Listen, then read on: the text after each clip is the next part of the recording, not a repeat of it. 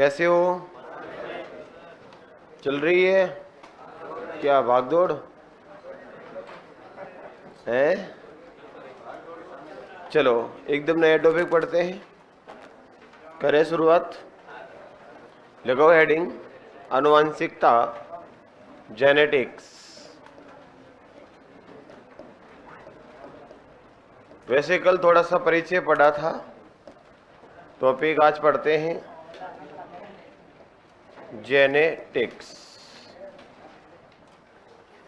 आनुवंशिकता। प्यारे विद्यार्थियों, अपने सिलेबस के बिंदु इस टॉपिक के अंदर क्या क्या है? देखो, इस टॉपिक में अपने सिलेबस के बिंदु दिया हुआ है। एक तो दिया हुआ है मेंडल की शब्दावली। क्या दिया हुआ है? आनुवंशिकता की शब्दावली, मतलब वही मेंडल की शब्दावली हुआ जो शब्द हम आनुवंशिकता के अंदर काम में लेते हैं। एक दिया हुआ प्यारे मित्रों मेंडल के नियम, मेंडल के नियम, और साथ में क्या दिए हुए हैं? प्रयोग। तो मेंडल के नियम दिए हैं, प्रयोग दिए हैं। एक इसके अंदर टॉपिक हमारे सिलेबस में दिया है प्यारे मित्रों, न्यूक्लिक अम्ल। क्या दिया हुआ है? Nucleic acid. एक बिंदु दिया है गुणसूत्र की संरचना, क्रोमोसोम स्ट्रक्चर। एक दिया हुआ है इसके अंदर लिंग निर्धारण, सेक्स डिटरमाइन। और एक दिया हुआ है सेंट्रल डॉगमा। देखो होगा आपने सिलेबस, यही है मित्रों, कुछ छूटा तो नहीं? पक्का? तो ये बिंदु है जो अपने सिलेबस के हैं आनुवंशिकता के अंदर। ये नहीं कि हम जब इस टॉपिक को पढ़ेंगे तो हमारे फोकस बिंदु क्या होने चाहिए?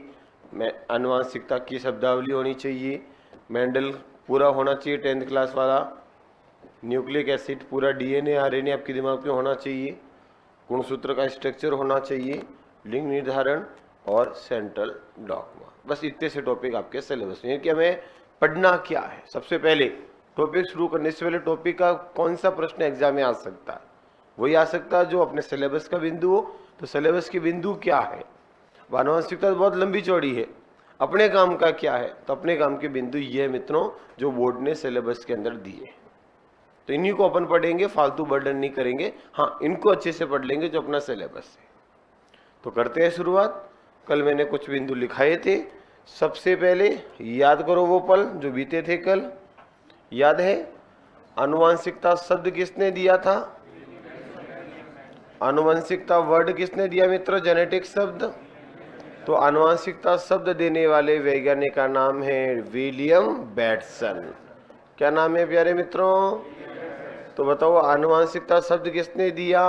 विलियम बैटसन नामक साइंटिस्ट ने दिया था। आनुवंशिकता का पिता किसको बोलते हैं बेटा? आनुवंशिकता का पिता कौन होगा? आनुवंशिकता का पिताजी होंगे ग्रेगर जॉन मेंडल। तो एक बार फिलहाल लिख दूं, कौन है प्यारे मित्रों? मेंडल। बताओ आधुनिक आनुवंशिकता का पिता, फादर ऑफ मॉडर्न जेनेटिक्स, आधुनिक आनुवंशिकता का पिता किसे कहा गया? वही विलियम। याद आया क्या? 3 फैक्ट्री तो लिखाई थी, ज्यादा थोड़ी लिखाई। पिताजी कौन है? वही डब्ल्यू बैटसन। लिख दो शॉर्ट में, चलेगा? डब्ल्यू का मतलब क्या हुआ? William Bateson. बताओ आज फर्स्ट डे किसका है? लिखो तो बेटा, हेडिंग लगाओ आनुवंशिकता, लिखो आनुवंशिकता शब्द। लिख दिया? बैटसन ने दिया। आनुवंशिकता का पिता मेंडल और आधुनिक आनुवंशिकता का पिता कौन हुआ? बैटसन। ठीक है, फिर इसके बाद लिखो डेफिनेशन, परिभाषा। आनुवंशिकता क्या है? यही पढ़ा था मित्रों, परिभाषा। तो लिखो विच ब्रांच, विज्ञान की वह शाखा, विज्ञान की वह शाखा जिसमें किसका अध्ययन करेंगे मित्रों? जिसमें हेरिडिटी यानी कि वंशागति व विभिन्नता, वेरिएशन का अध्ययन करते हैं। लिखो विज्ञान की वह शाखा जिसमें वंशागति विज्ञान की वह शाखा जिसमें वंशागति व विभिन्नताओं का अध्ययन करते हैं, उसको क्या बोलेंगे मित्रों? आनुवांशिकता। हो गया? यहां तक सबके हो रखा है। अब आगे बढ़ते हैं। अब सभी तैयार हो जाओ पढ़ने के लिए। तो फिर इतनी देर से क्या थे फिर? गजब, मुंह धो गया? ठीक है, चलो ठीक है। बात किसकी कर रहे हैं? आनुवांशिकता की। आनुवांशिकता में किसका अध्ययन करेंगे? वंशागति व विभिन्नताओं का। तो लिखो बेटा एक शब्द वंशागति, वेरिएशन, दोनों को पढ़ते हैं। पहले लिखो वंशागति, हेरिडिटी, वंशागति, हेरिडिटी। बताओ वंशागति किसको कहते हैं? वंश की गति। देखो मित्रों, आनुवांशिक लक्षणों का, जेनेटिकल सिम्टम्स, आनुवंशिक लक्षणों का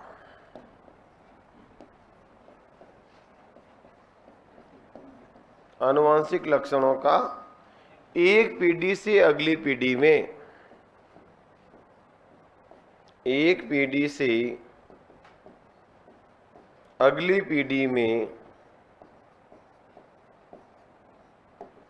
एक पीढ़ी से अगली पीढ़ी में स्थानांतरण होना,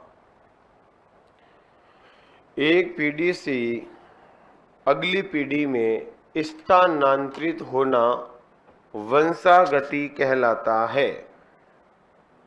एक पीढ़ी से अगली पीढ़ी में स्थानांतरित होना क्या कहलाएगा प्यारे मित्रों? वंशागति कहलाता है। कल बताया था ना कि भाई हम कहते हैं ना किसी को ये इसके बाप के जैसा है, तो ये बाप के जो लक्षण आए वो क्या हुआ? हेरिडिटी। याद रखना, वैज्ञानिक ने कहा है कि जितने भी हम गुण प्राप्त करते हैं उसमें से 80% गुण तो क्या होंगे मित्रों? वातावरण द्वारा प्राप्त, और 20% क्या होंगे? नए गुण। तो देख लो, 80% हमारे नए हैं, 20% माता पिता के जैसे। फिर अगली पीढ़ी में वही 80 नए, 20, फिर अगली पीढ़ी में 20। ऐसे करते करते करते एक दिन ऐसा आएगा कि नए गुण बिल्कुल अलग हो जाएंगे और वो एक नई जाति का निर्माण हो जाएगा। इसको कहेंगे उद्विकास, इवोल्यूशन। नेक्स्ट दूसरा शब्द लिखो वेरिएशन, विभिन्नता। वेरिएशन, एक तो हमने कहा वंशागति हो ना, माता पिता के जैसा, एक देना विभिन्नता। लिखो वेरिएशन, विभिन्नता। इसके अंदर लिखो एक ही जाति के जीवों में, एक ही जाति के जीवों में पाई जाने वाली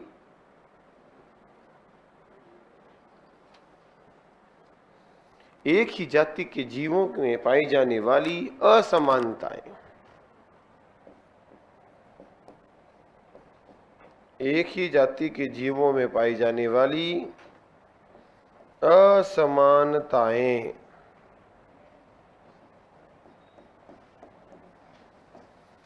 एक ही जाति के जीवों में पाई जाने वाली असमानताएं क्या कहलाएगी मित्रों?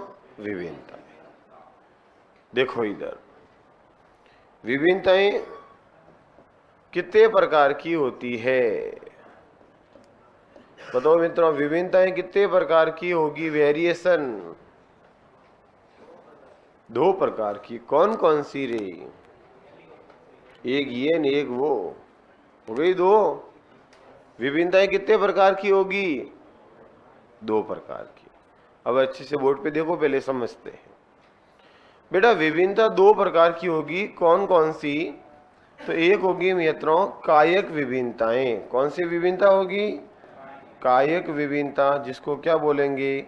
सोमेटिक वेरिएशन, कायक विभिन्नता।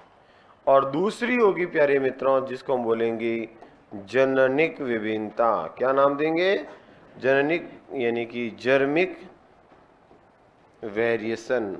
तो बताओ मेरे प्यारे विद्यार्थियों, विभिन्नताएं कितने प्रकार की हुई? 2। विभिन्नताएं कितने प्रकार की हुई? कौन कौन सी? कायिक विभिन्नता और जननिक विभिन्नता। कौन कौन सी होगी? दो। कौन कौन सी मित्रों? कायिक और जननिक। याद रखना, कायिक विभिन्नता जो होती है मित्रों, ये वातावरण के कारण उत्पन्न होती है और पीढ़ी दर पीढ़ी वंशागत नहीं होती। जैसे आपने पढ़ा, पढ़ करके ज्ञान ग्रहण किया और आपको याद हुआ, और एक बच्चा है जिसको हिस्ट्री याद हुई, एक बच्चा जिसको विज्ञान याद हुई, एक बच्चा बन गया इंजीनियर, एक बच्चा बन गया मास्टर। तो दोनों ने ज्ञान अर्जित किया कि नहीं किया? तो दोनों में नए गुण आए कि नहीं आए? एक में हिस्ट्री के गुण आए, एक में विज्ञान के गुण आए, दोनों में गुण अलग हुए, एक समान हुए। अच्छा, अपने आप आए, उसने प्राप्त किए। अच्छा, उसका बेटे में वापस इंजीनियर बन जाएगा, पैदा होते ही याद हो जाएगा सब हिस्ट्री। तो ये गुण कहलाएगा कायिक, जो हम वातावरण की क्रियाओं द्वारा अर्जित करते हैं और पीढ़ी दर पीढ़ी स्थानांतरित नहीं होते। आया अंतर समझ में कैसे? अरे आप विभिन्न गुण प्राप्त करते हैं नहीं करते हैं? मान लो एक ने क्या सीख लिया? सुनार का काम। एक ने क्या सीख लिया? बढ़ई का काम। तो दोनों में विभिन्नता आई नहीं आई? दोनों ने वातावरण से प्राप्त किया कि अपने आप? अच्छा, उसका बेटा पैदा होते ही क्या वो काम सीख जाएगा? उसको सीखा हुआ होगा? नहीं। तो ये कैसी विभिन्नता होगी? कायिक। आया समझ में? ऐसी विभिन्नताएं जो वातावरण की क्रिया द्वारा प्राप्त करते हैं और पीढ़ी दर पीढ़ी वंशागत नहीं होती है, उसको कौन सी विभिन्नता कहते हैं? कायिक विभिन्नता। और ऐसी विभिन्नताएं जो वंशागत होती है, जो जीन और गुणसूत्र के अंदर स्टोर होती है, वो कैसी कहलाएगी? जननिक विभिन्नता। तो एक ही लाइन लिखो दो प्रकार। देखो, विभिन्नता दो प्रकार की होती हैं। एक लिखो कायिक सोमेटिक, दूसरा लिखो जननिक जर्मिक। हाँ, ऐसे ही लिख दो जैसे लिखा है, लाइनें वाइनें मत खींचना, केवल लिख दो। कायिक विभिन्नता लिखो, यह एक लाइन लिख दो कायिक के अंदर, यह वातावरण की क्रिया द्वारा उत्पन्न होती है। वातावरण की क्रिया द्वारा उत्पन्न होती है। वातावरण की क्रिया द्वारा उत्पन्न होती है तथा वंशागत नहीं होती। तथा वंशागत नहीं होती। वातावरण की क्रिया द्वारा उत्पन्न होती है तथा वंशागत नहीं होती। वंशागत नहीं होती। फिर लिखो बेटा जननिक, जननिक जर्मिक। जननिक के नीचे लिखो, यह जीन व गुणसूत्र में उत्पन्न होती हैं। जीन व गुणसूत्र में उत्पन्न होती हैं तथा वंशागत होती हैं। तथा वंशागत होती हैं। ये नहीं कि मैंने ये कहा जो कायिक विभिन्नता होगी वो वंशागत नहीं होगी, और जो जननिक विभिन्नता है वो वंशागत होगी। जननिक विभिन्नता में लिखो बेटा, यह दो प्रकार की होती है। जननिक विभिन्नता वापस लिखो कितने प्रकार की होगी? दो। जननिक विभिन्नता दो प्रकार की होती है। कौन कौन सी? तो लिखो नंबर 1 और नंबर 2। जननिक विभिन्नता भी कितने प्रकार की होगी मित्रों? दो प्रकार की। देखो, जननिक विभिन्नता दो प्रकार की होती है। कितने प्रकार की होगी मित्रों? दो। कौन कौन सी? एक लिखो सतत, कंटिन्यूअस। देखो बेटा, सतत विभिन्नता। सतत, सतत मतलब समझ गए? कंटिन्यूअस। और एक लिखो डिसकंटिन्यूअस, असतत। सतत और असतत देखो दो प्रकार की होगी, सतत विभिन्नता और असतत विभिन्नता। सतत जो लगातार उत्पन्न होगी और असतत जो अचानक उत्पन्न होगी, कभी आएगी कभी नहीं आएगी, तो लगातार नहीं हुआ। सतत विभिन्नता हमेशा होती है मित्रों क्रॉसिंग ओवर के कारण। किसके कारण? जीन विनिमय के कारण, लिखो यह जीन विनिमय के कारण उत्पन्न होती है। जीन विनिमय, इंग्लिश में लिखो तो लिख दो क्रॉसिंग ओवर। यह जीन विनिमय के कारण उत्पन्न होती है। क्रॉसिंग ओवर, जीन विनिमय क्रॉसिंग ओवर के कारण उत्पन्न होती है। जीन विनिमय के कारण उत्पन्न होती है। और असतत विभिन्नताओं के अंदर लिखो बेटा, यह अचानक उत्परिवर्तन के कारण उत्पन्न होती है। उत्परिवर्तन, म्यूटेशन।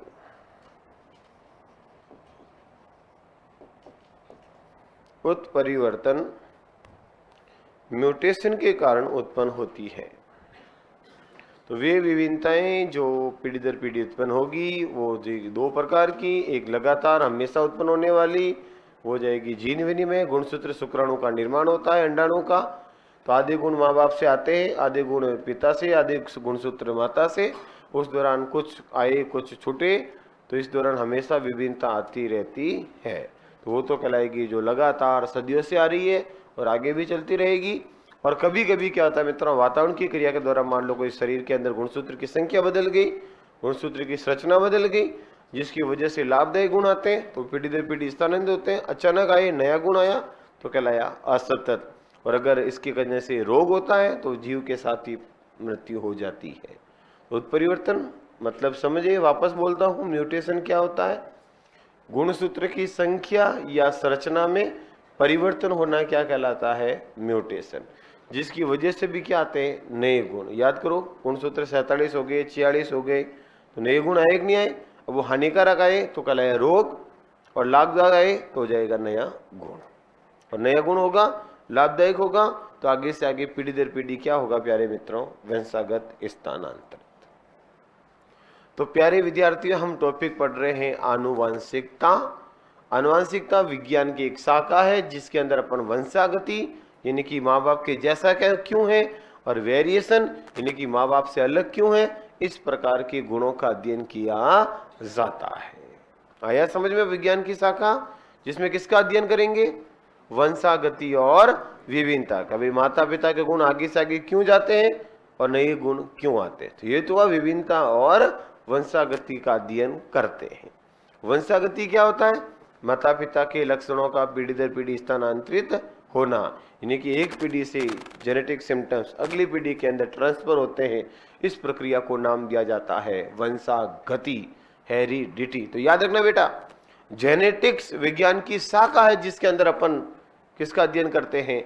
विभिन्नता का, वेरिएशन का। तो आनुवांशिकता तो क्या है? विज्ञान की शाखा। और वंशागति क्या है? आनुवांशिक लक्षणों का स्थानांतरित होना। और वेरिएशन क्या है? एक ही माता पिता की दो संतान का अलग अलग होना। आया अंतर समझ में? तीन शब्द यूज कर रहा हूं मैं, जेनेटिक्स, वेरिएशन एंड हेरिडिटी। तीनों में कोई कंफ्यूजन? आनुवांशिकता विज्ञान की शाखा, वंशागति आनुवांशिक लक्षण का आगे से आगे जाना, और वेरिएशन एक ही माँ बाप की संतान का अलग अलग होना। और वेरिएशन कितने प्रकार के? दो, सोमेटिक एंड जर्मिक। सोमेटिक ट्रांसफर नहीं होते हैं वेरिएशन, जबकि जर्मिक वेरिएशन ट्रांसफर होते हैं। कितने प्रकार के? दो, कंटिन्यूस एंड डिसकंटिन्यूस। कंटिन्यूस होंगे वो क्रॉसिंग ओवर, और डिसकंटिन्यूस बाय म्यूटेशन। ओके, कोई दिक्कत? बढ़ो आगे। तो थोड़ा सा परिचय हो गया किसका? विज्ञान की शाखा जिसका नाम था आनुवांशिकता। क्या होती है समझ में आ गया? किसका अध्ययन करते हैं? क्लियर? किस किस का? वंशागति और विभिन्नता। विभिन्नता कौन सी वंशागत होगी? जननिक। कितने प्रकार की होगी? दो। क्या क्या नाम है? सतत और असतत। सतत किसके कारण उत्पन्न होगी? जीन विनिमय, जो हमेशा हमेशा होगा। और म्यूटेशन तो कभी कभी होगा, और जब जब भी होगा तो एक बड़ा परिवर्तन करेगा। ओके, बढ़े आगे। तब अपने टॉपिक क्या थे? हमें क्या क्या पढ़ना है? मेंडल, सीधी सी बात है, अपने मेन टॉपिक पे आते हैं। परिचय हो गया तो लिखो मेंडलवाद, मेंडलिज्म। मेंडल की बात करते हैं। किसकी बात करेंगे?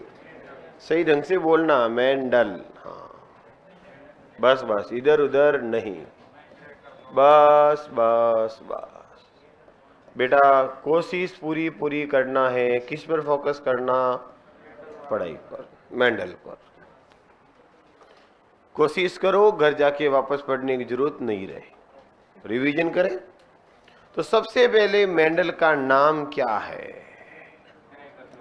पूरा नाम है मित्रों ग्रेगर जॉन मेंडल। देखो बेटा, ग्रेगर जॉन मेंडल। जन्म कब हुआ?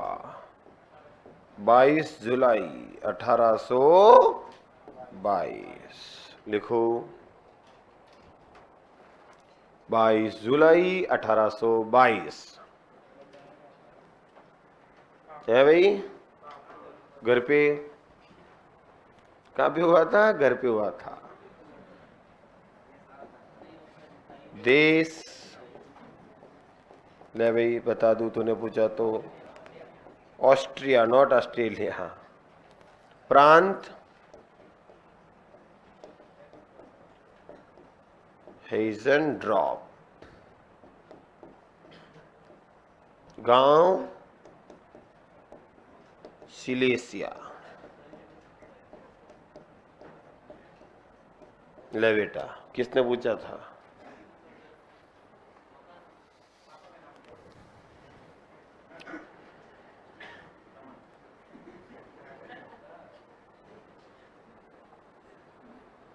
बेटा ये तो मैंने इसलिए लिखा कि 4 कथन आ जाते हैं कई बार और पूछते हैं इनमें से कौन सा कथन मेंडल के बारे में सही है या गलत है।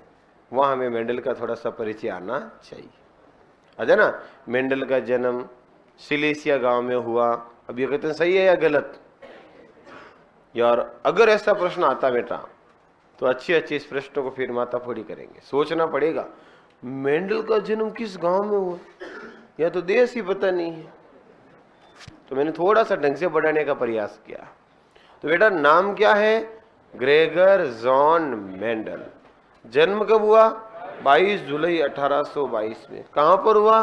ऑस्ट्रिया देश में। प्रांत हेज़ेनड्रॉप। ये प्रांत का मतलब है स्टेट, और हेज़ेनड्रॉप के गांव का नाम सिलेसिया।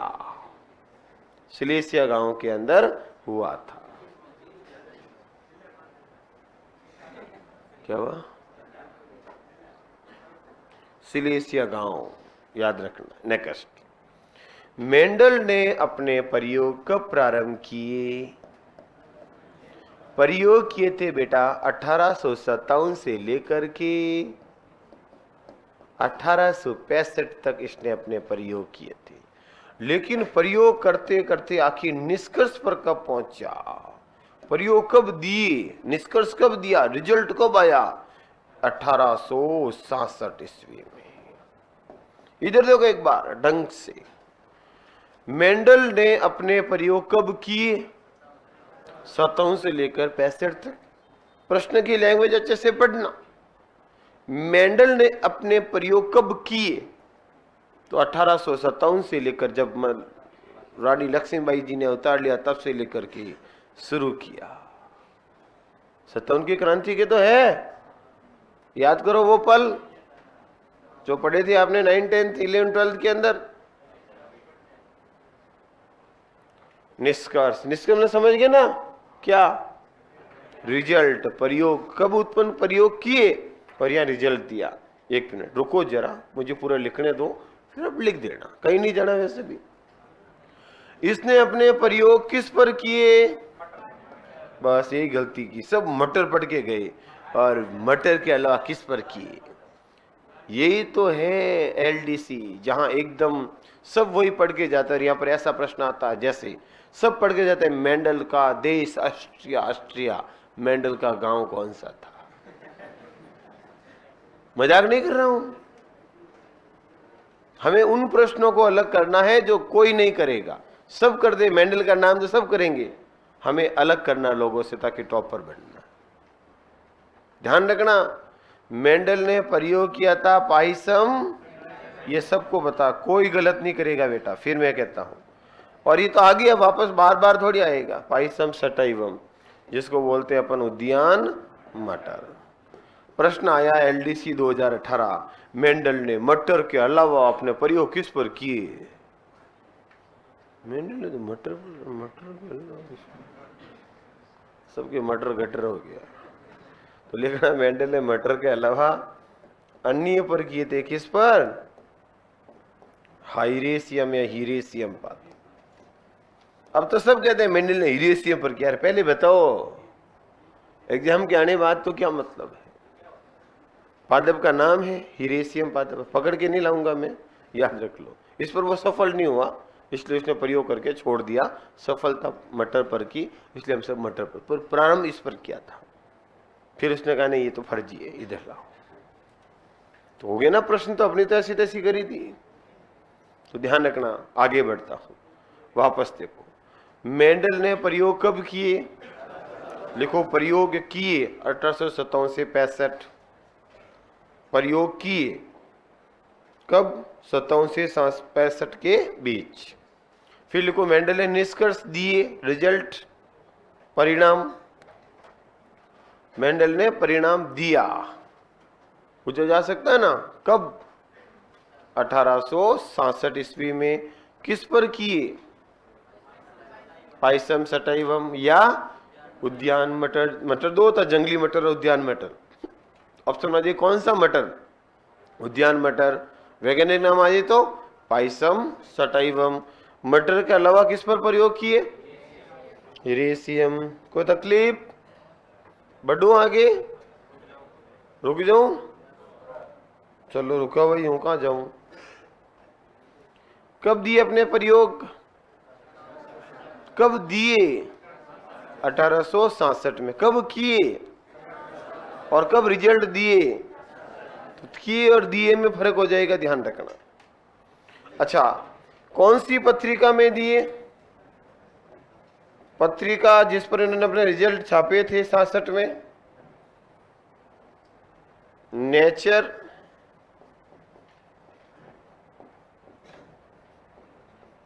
फॉरसेंडर, वेरियन नामक जर्मन पत्रिका थी बेटा। ये जर्मन पत्रिका में दिए। नेचर, फॉरसेंडर, वेरियन, इस पत्रिका के अंदर अपने प्रयोग छापे थे मेंडल ने। तो बात किसकी कर रहे हैं? मेंडल का परिचय। मेंडल बात पढ़ रहे हैं। मेंडल का पूरा नाम क्या है मित्रों? Gregor John Mendel. मेंडल का जन्म कब हुआ? 22 जुलाई 1822 में। मेंडल का जन्म कहां हुआ? ऑस्ट्रिया देश में। कौन से शहर में? प्रांत कौन सा? स्टेट हेजेनड्रॉप। और उसके गांव का नाम सिलेसिया। पता था ये तो पहले से आपको? हाँ, बहुत बढ़िया। नेक्स्ट हुआ ना थोड़ा सा अलग लोगों से। बढ़ो आगे। अब लोग सब पढ़ के जाते हैं मेंडल ने प्रयोग 1867 में किए, मेंडल ने प्रयोग 1867 में किए। बताओ मेंडल ने अपने प्रयोगों का प्रारंभ कब किया? ये हो गया लोगों से अलग। कहाँ किया? मैंने कोई हाईफाई थोड़ी पढ़ा रहा हूं, वही बात पढ़ा रहा हूं, बस थोड़ा सा शब्दों का खेल कर रहे हैं। समझे मेरे कहने का मतलब? निष्कर्ष कब दिए? 1867 में। कौन सी पत्रिका में दिए? वेरियन फॉरसेंडर जर्मन पत्रिका में। कब दिए? 1867 में छापे थे। हो गया प्रयोग। तो लिखो मेंडल की मृत्यु। मेंडल की मृत्यु कब हुई? अरे कब हुई रे? मेंडल की मृत्यु कब हुई? जब हुई तभी हुई। कब?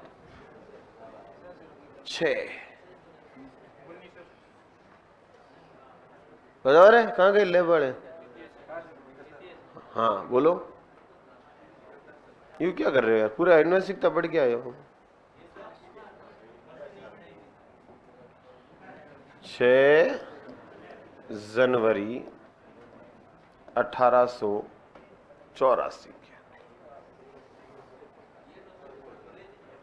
तो उससे क्या फर्क पड़ता, सबका मालिक एक है। लिखो 6 जनवरी 1884 के, लिख दिया होगा। क्यों हुई ये भी तो पूछा जा सकता है। ब्राइट डिजीज, ब्राइट डिजीज क्या होती है? गुर्दे की बीमारी, गुर्दे फैल हो गए है भाई, गुर्दे की बीमारी से चले गए।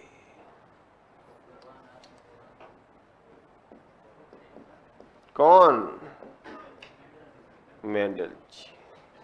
ब्राइट डिजीज, गुर्दे की बीमारी से उनकी क्या हो गई प्यारे मित्रों? मृत्यु। ये हो गया मित्रों मेंडल का पूरा परिचय। कुछ याद हुआ? पूरा ही लिखा दिया मैंने, कुछ भी नहीं छोड़ा परिचय में। अब चाहे सत्य असत्य कथन कैसे भी दे दे हम कर लेंगे।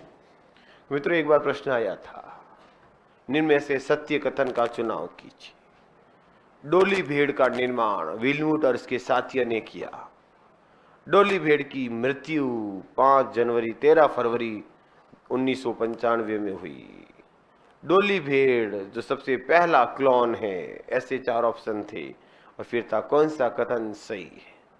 तो जब भेड़ का दे सकता है तो क्या मेंडल का नहीं दे सकता? क्या मेरे कलम का, तो मैं पुराने कंप्यूटेशन पेपर का एनालिसिस करके सीधे प्रश्न उठाता हूँ, तभी तो प्रश्न सीधे मिलेंगे, नहीं तो कहां से मिलेंगे।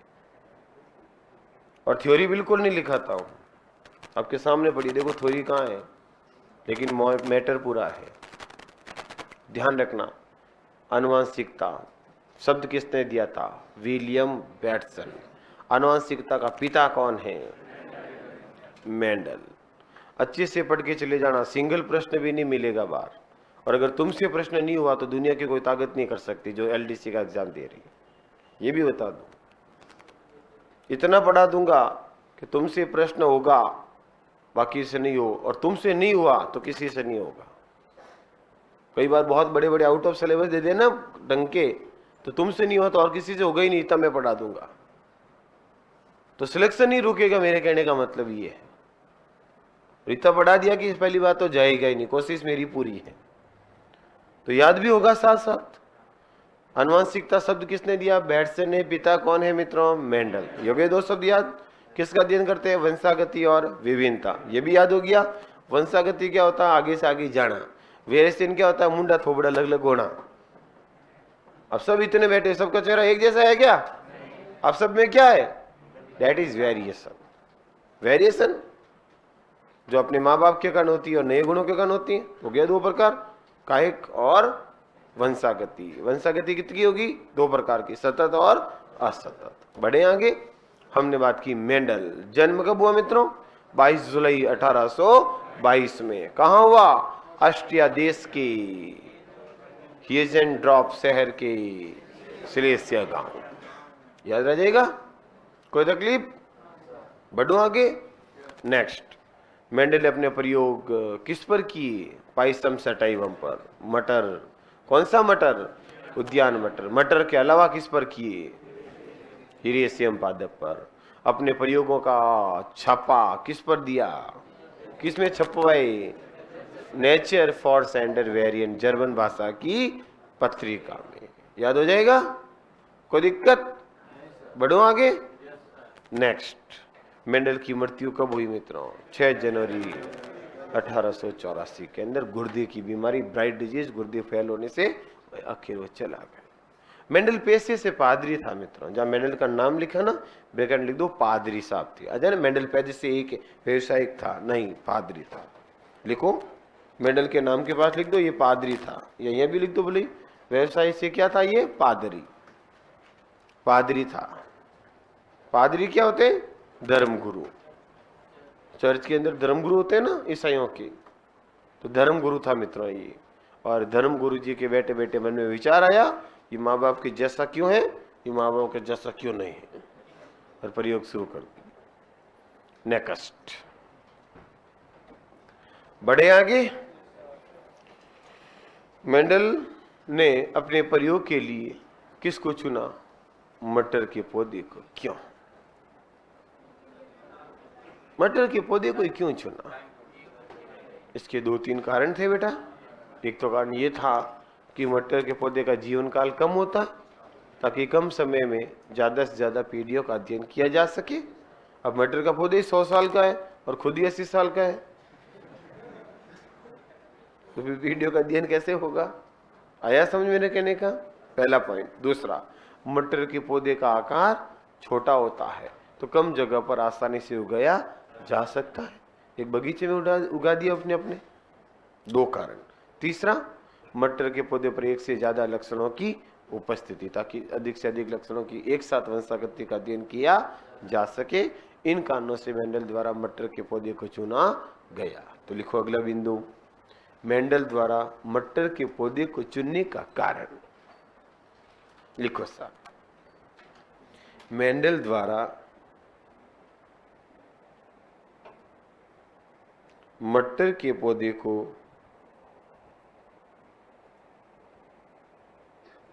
चुनने के कारण।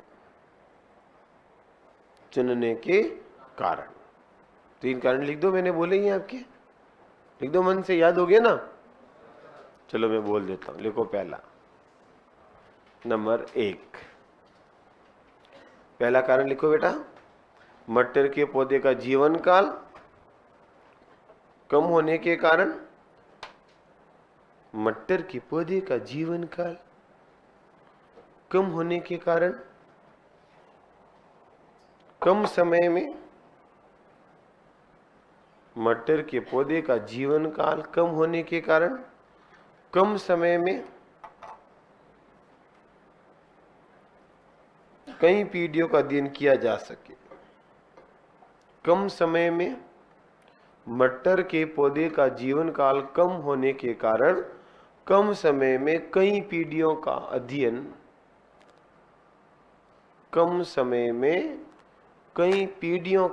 किया जा सके।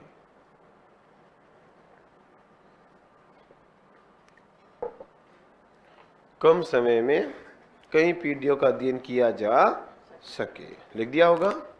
दूसरा कारण लिखो, मटर के पौधे का आकार छोटा होने के कारण।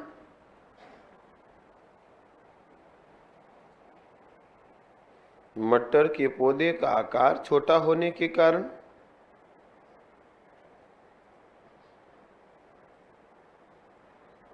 आसानी से उगाया जा सके। आसानी से उगाया जा सके। आसानी से उगाया जा सके, लिख दिया होगा। नेक्स्ट लिख दो, मटर के पौधे पर एक से ज्यादा लक्षणों की उपस्थिति। मटर के पौधे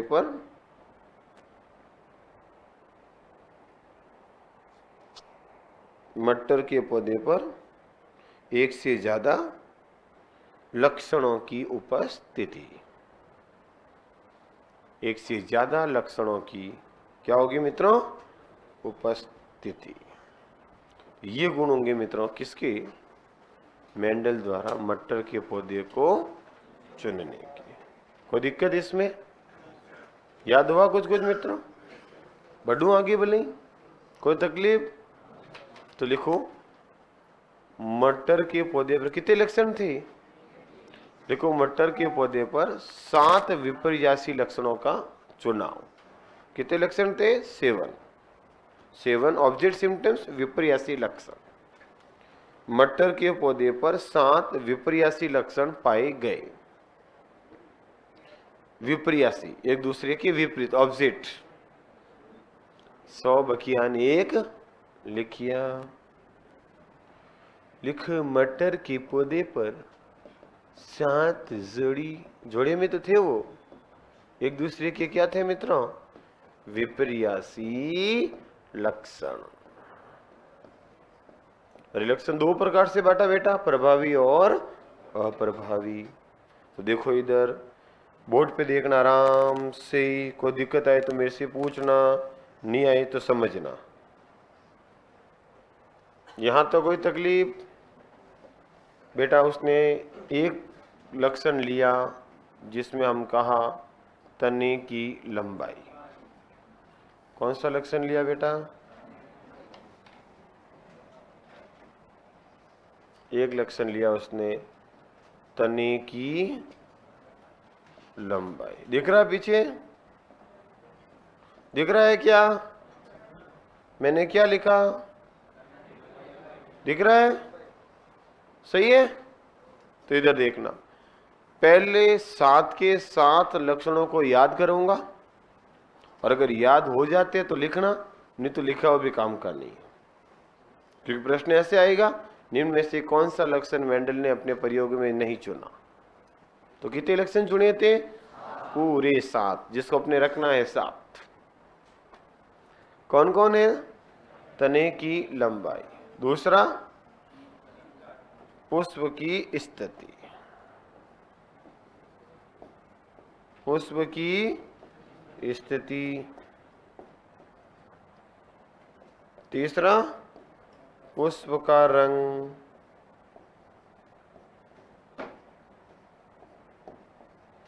अगला देखो सबसे पहले पादप में क्या होता है? तना। तने पर क्या लगेंगे? फूल। फूल से क्या बनेगी? फली। और फली में क्या होगा? बीज। ये 4 शब्द आपको याद रखने। क्या क्या? तना, तने पे क्या होंगे? फूल। फूल से क्या बनेगी? फली। और फली में क्या होगा? बीज। तो तना हो गया, तने में क्या हो गया? पुष्प। पुष्प में क्या होगी? तो फली का रंग और फली की आकृति।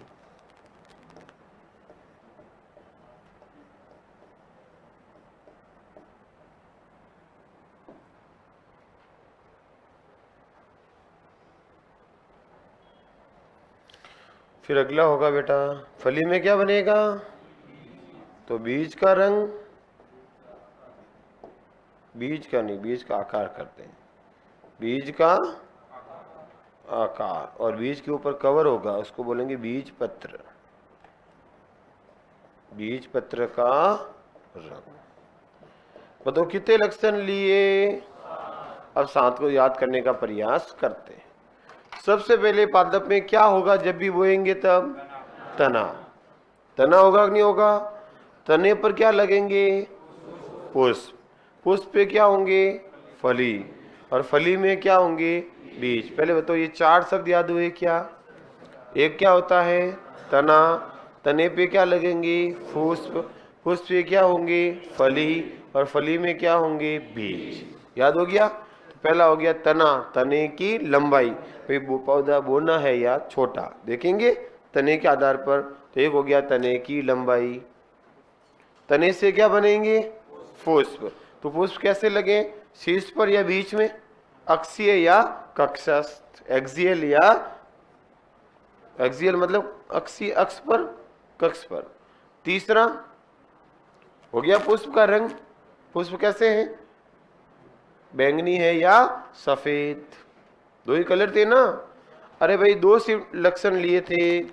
एक लक्षण था प्रभावी और दूसरा लक्षण था अप्रभावी। तो बेटा प्रभावी जो था इसमें वो तो था लंबापन, और अप्रभावी था वो क्या था? बौना। फिर पुष्प क्या होगा मित्रों? एक्सियल यानी कि अक्षीय, और ब्रैकेट यानी कि कक्षस्थ। कक्ष में लगा हुआ, एक तो लगा हुआ अक्ष पर यहाँ और एक लगा हुआ यहाँ, अक्ष पर नहीं। फिर दूसरा क्या? पुष्प का रंग। रंग कैसा बेटा? बैंगनी और सफेद। फिर बेटा फली का रंग कैसा होगा? फली का रंग हरा और पीला। फिर फली की आकृति कैसी होगी? उभरी और बीच में खांच, उभरी और खांचदार। बीज का आकार गोल, गोल और जोरियां पड़ी हुई। और बीज का आकार, बीज का रंग पीला और हरा। ये हो गए मित्रों लक्षण किसके? मेंडल द्वारा मटर के पौधे पर चुने गए। याद हुए कुछ कुछ? पहले इसे याद रखिए कौन सा है कौन सा नहीं है, पहले 7 नाम तो याद होने चाहिए कम से कम। सबसे पहले क्या होगा? तना। तने पर क्या होंगे? फूल। तो हो गया तना की लंबाई, पुष्प, पुष्प की स्थिति, पुष्प का रंग, फिर फली की आकृति, फली का रंग, बीज की आकृति, बीज का रंग। कितना आसानी से है, 7 लगते हैं, है कुछ नहीं। एक है तना, तो तने की लंबाई, दूसरा है फूल, फूल की स्थिति, फूल का रंग, तीसरा है फली, फली की आकृति, फली का रंग, चौथा है बीज, बीज की आकृति, बीज का रंग। याद रह जाएगा? कोई दिक्कत? प्रश्न सीधा आएगा, कौन सा मेंडल द्वारा मटर के पौधे का चुनाव करते समय किस लक्षण को नहीं चुना? तो 7 लक्षण आपको याद होने चाहिए, तभी तो कौन सा नहीं चुना, यही ज्यादा आएगा। नोट करो।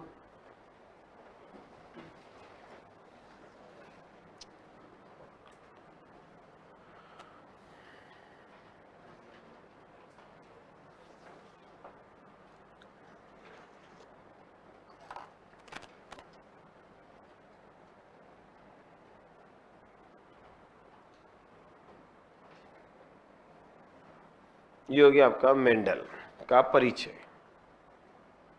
कब जन्मा, कब मरा, कब प्रयोग किए, लगभग सब चीजें मैंने आपको पढ़ा दी। और इसीलिए प्रश्न मिलते बेटा, मेंडल का जन्म कब हुआ, मेंडल की मृत्यु कब हुई, सत्य से कथ्य लिख दे 4, कौन सा कथन सही है कौन सा कथन गलत है, मेंडल ने अपने प्रयोग कब कब किए थे 57 से 65, निष्कर्ष कब दिए थे 66।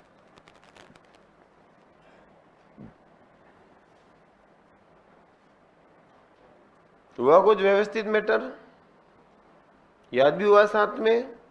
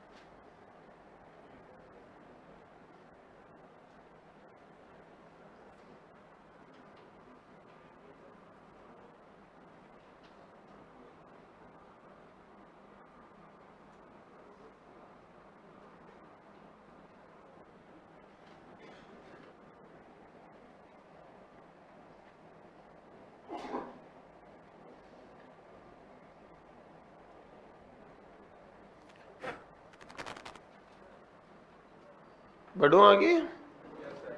कितने लक्षण हो गए? 7 जोड़ी, 7 नहीं जोड़ा देख लो, सब लक्षण 2-2 है।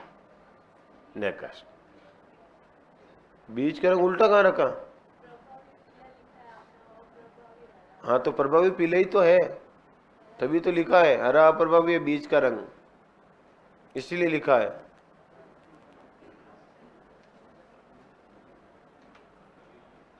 तभी ठीक नहीं है तो छोड़ दे बाहर, घर पहुंचा दे। भाई बुलाना तो अभी बुलाते हैं। क्या हो गया?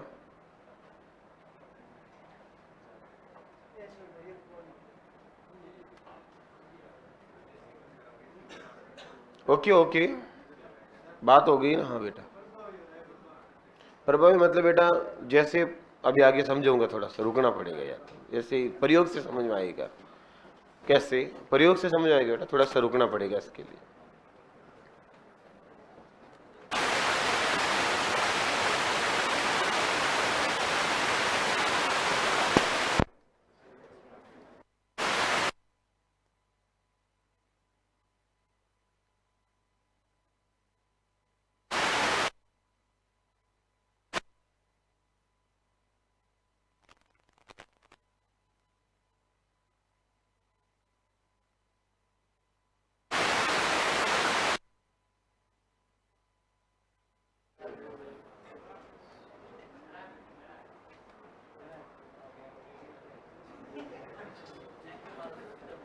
देखो इधर,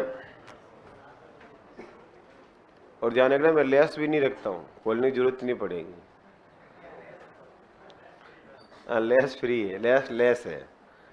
चलो इधर, मैं किसकी बात कर रहा हूं आपके सामने? मेंडल की। मेंडल ने अपने प्रयोग दिए थे मेरे मित्रों 1866 के अंदर, लेकिन इसके नियम, इसके प्रयोग काफी साल तक छुपे रहे और लोगों को समझ में नहीं आए, क्योंकि इसके 2-3 बड़े कारण थे। तो लिखो अगला बिंदु अपने यहां पर लिखो मित्रों, मेंडल के नियम, हेडिंग लगाओ, मेंडल के नियम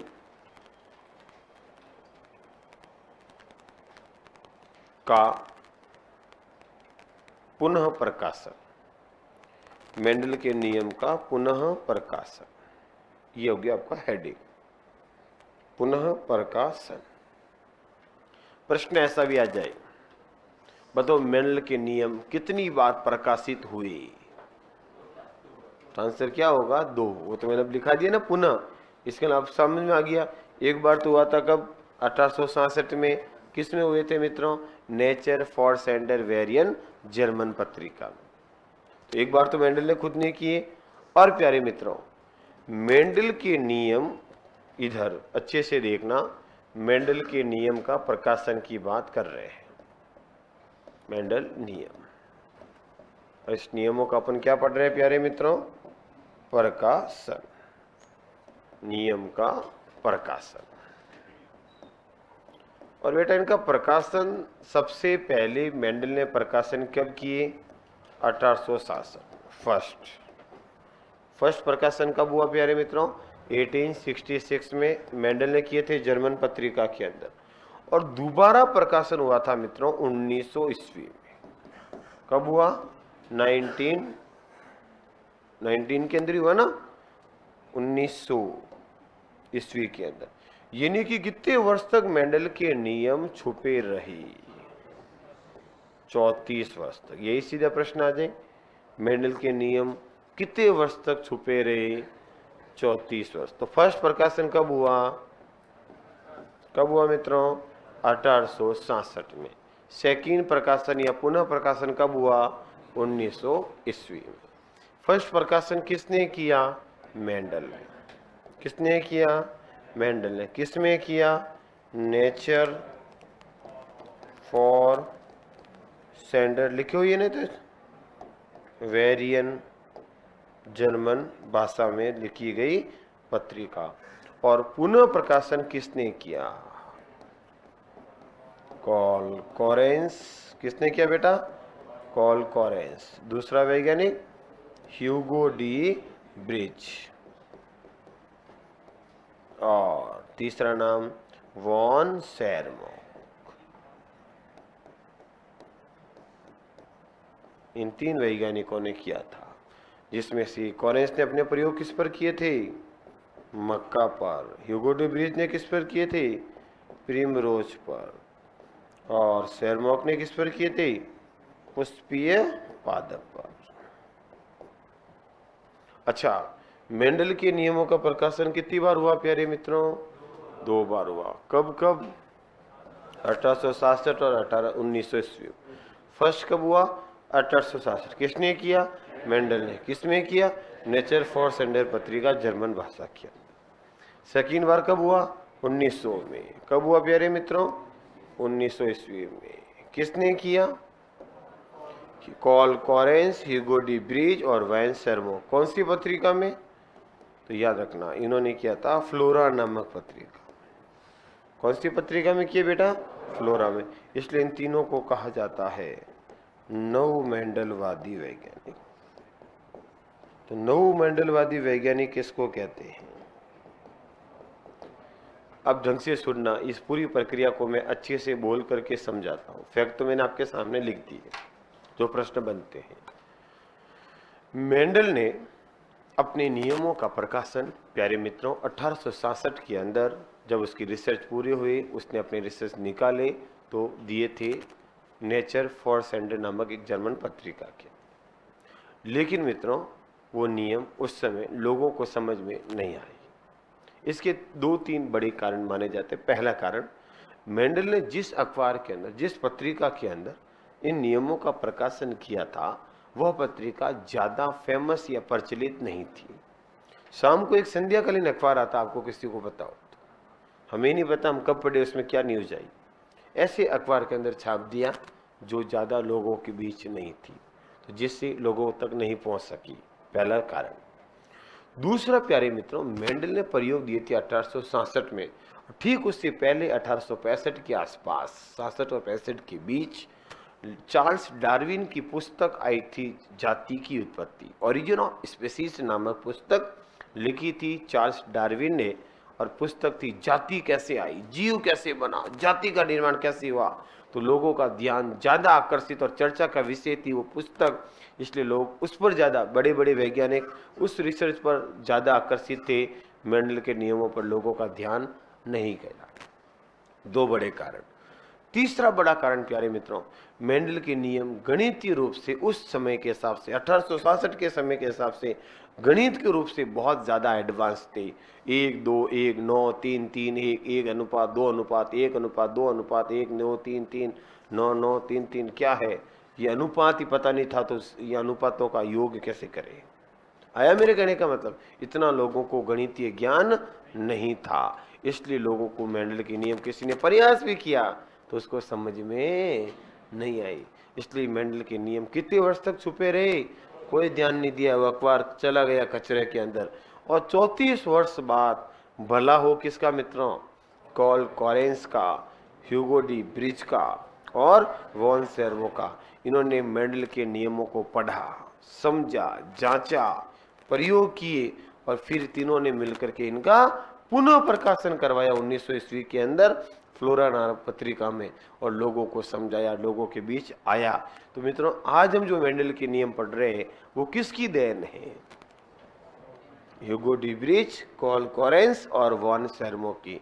इसलिए इन तीनों वैज्ञानिकों को कहा जाता है नव मेंडलवादी वैज्ञानिक, जिन्होंने मेंडलवाद को पुनः जन्म दिया। अगर ये तीनों नहीं छप पाते तो आज हमारे सामने मेंडल के नियम नहीं आते, और मेंडल के नियम नहीं आते तो हमें पता नहीं चलता कि हम अपने माँ बाप के जैसे क्यों हैं। मतलब वंशागति का इतना प्रचार प्रसार नहीं होता। आया समझ में?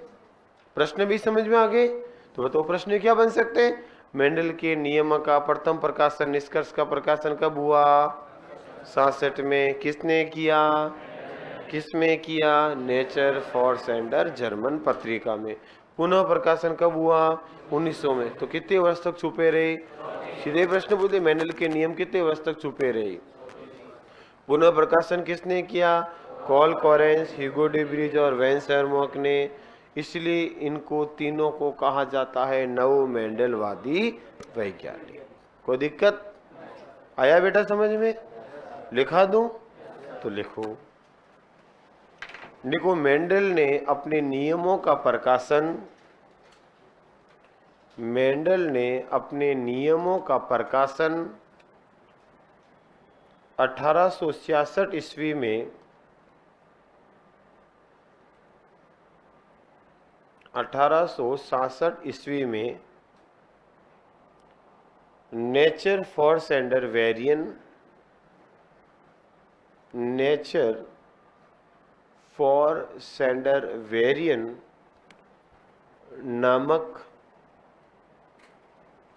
पत्रिका में किया, नामक पत्रिका में किया। नेचर फॉर सेंडर जर्मन नामक पत्रिका में किया।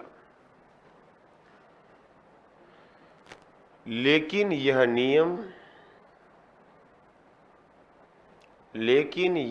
नियम लगभग 34 वर्ष तक छुपे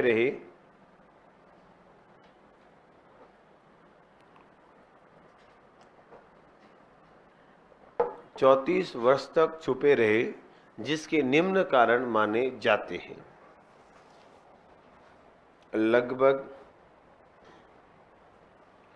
35 नहीं सॉरी 34 वर्ष तक छुपे रहे, जिसके निम्न कारण माने जाते हैं। लिखो नंबर 1, मेंडल ने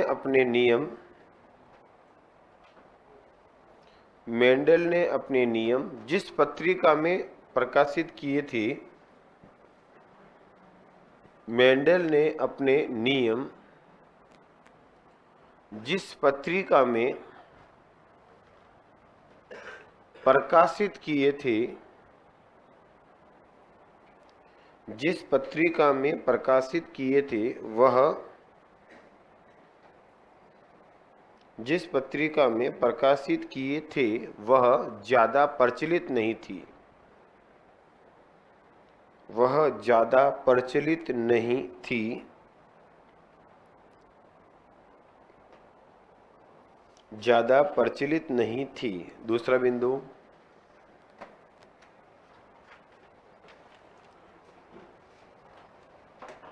देखो उसी समय डार्विन की पुस्तक जाति की उत्पत्ति का प्रकाशन हुआ था। उसी समय डार्विन की पुस्तक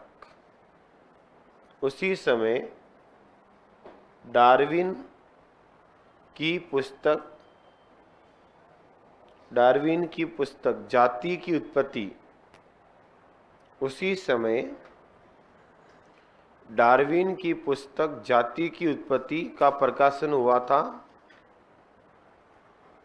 जाति की उत्पत्ति का प्रकाशन हुआ था, जिसने लोगों का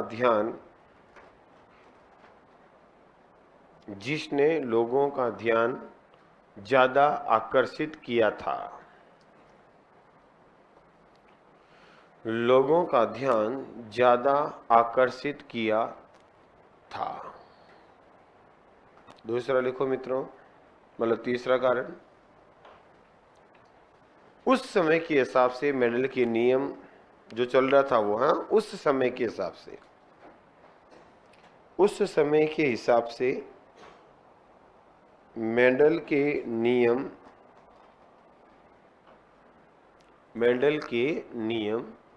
गणितीय रूप से,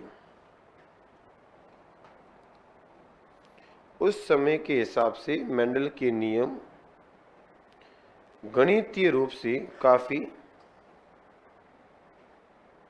एडवांस थे, जो लोगों को समझ में नहीं आ सके, जो लोगों को समझ में नहीं आ सके। भाई किसी ने प्रयास भी किया तो समझ में नहीं आए। ये कारण माने जाते हैं मित्रों। मेंडल के नियम कितने वर्ष तक छुपे रहे? फिर लिखो नई लाइन बनाकर, मेंडल के नियमों का नई लाइन बनाकर वापस लिखो। इसी में पॉइंट तो वही चल रहा है, छुपे क्यों रहे इसके कारण लिखे थे हमने। फिर लिखो मेंडल के नियमों का पुनः प्रकाशन, मेंडल के नियमों का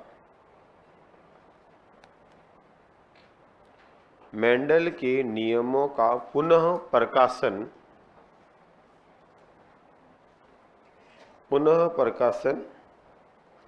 1900 ईस्वी में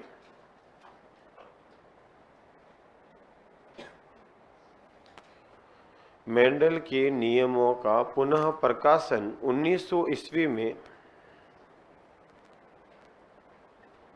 कॉल कोरेंस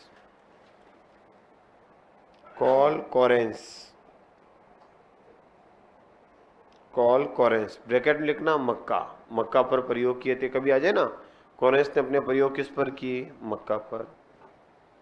कॉल कोरेंस मक्का, कॉमा ह्यूगो डी ब्रिज। सही नहीं दिख रहा होगा तो मैं वापस लिखता हूं, Hugo de bridge, Hugo de bridge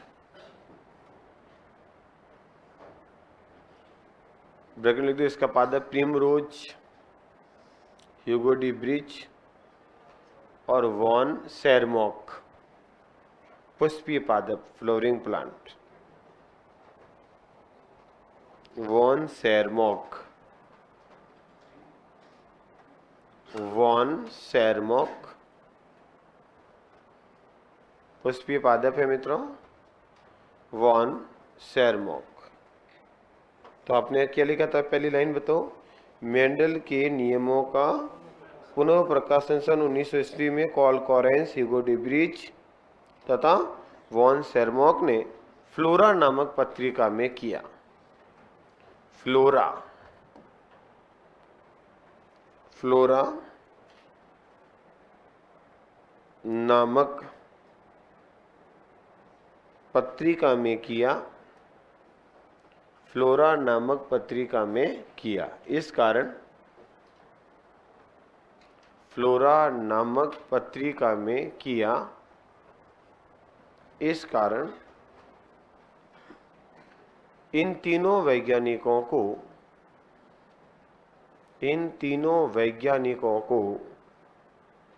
नव मेंडलवादी वैज्ञानिक, इस कारण इन तीनों वैज्ञानिकों को नव मेंडलवादी वैज्ञानिक, नव मेंडलवादी वैज्ञानिक माना जाता है।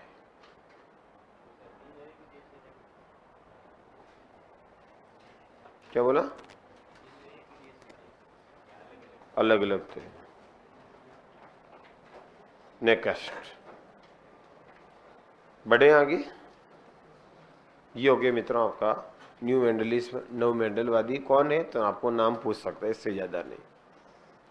या सीधा पूछते मेंडल के नियमों का पुनः प्रकाशन कब हुआ, ये पूछा जा सकता है। पुनः प्रकाशन किसने किया, ये पूछा जा सकता है। कौन नव मेंडलवादी है, कौन नव मेंडलवादी नहीं है, ये पूछा जा सकता है। मेंडल के नियम कब तक छुपे रहे, ये पूछा जा सकता है। छुपे रहने का कारण क्या था, ये पूछा जा सकता है।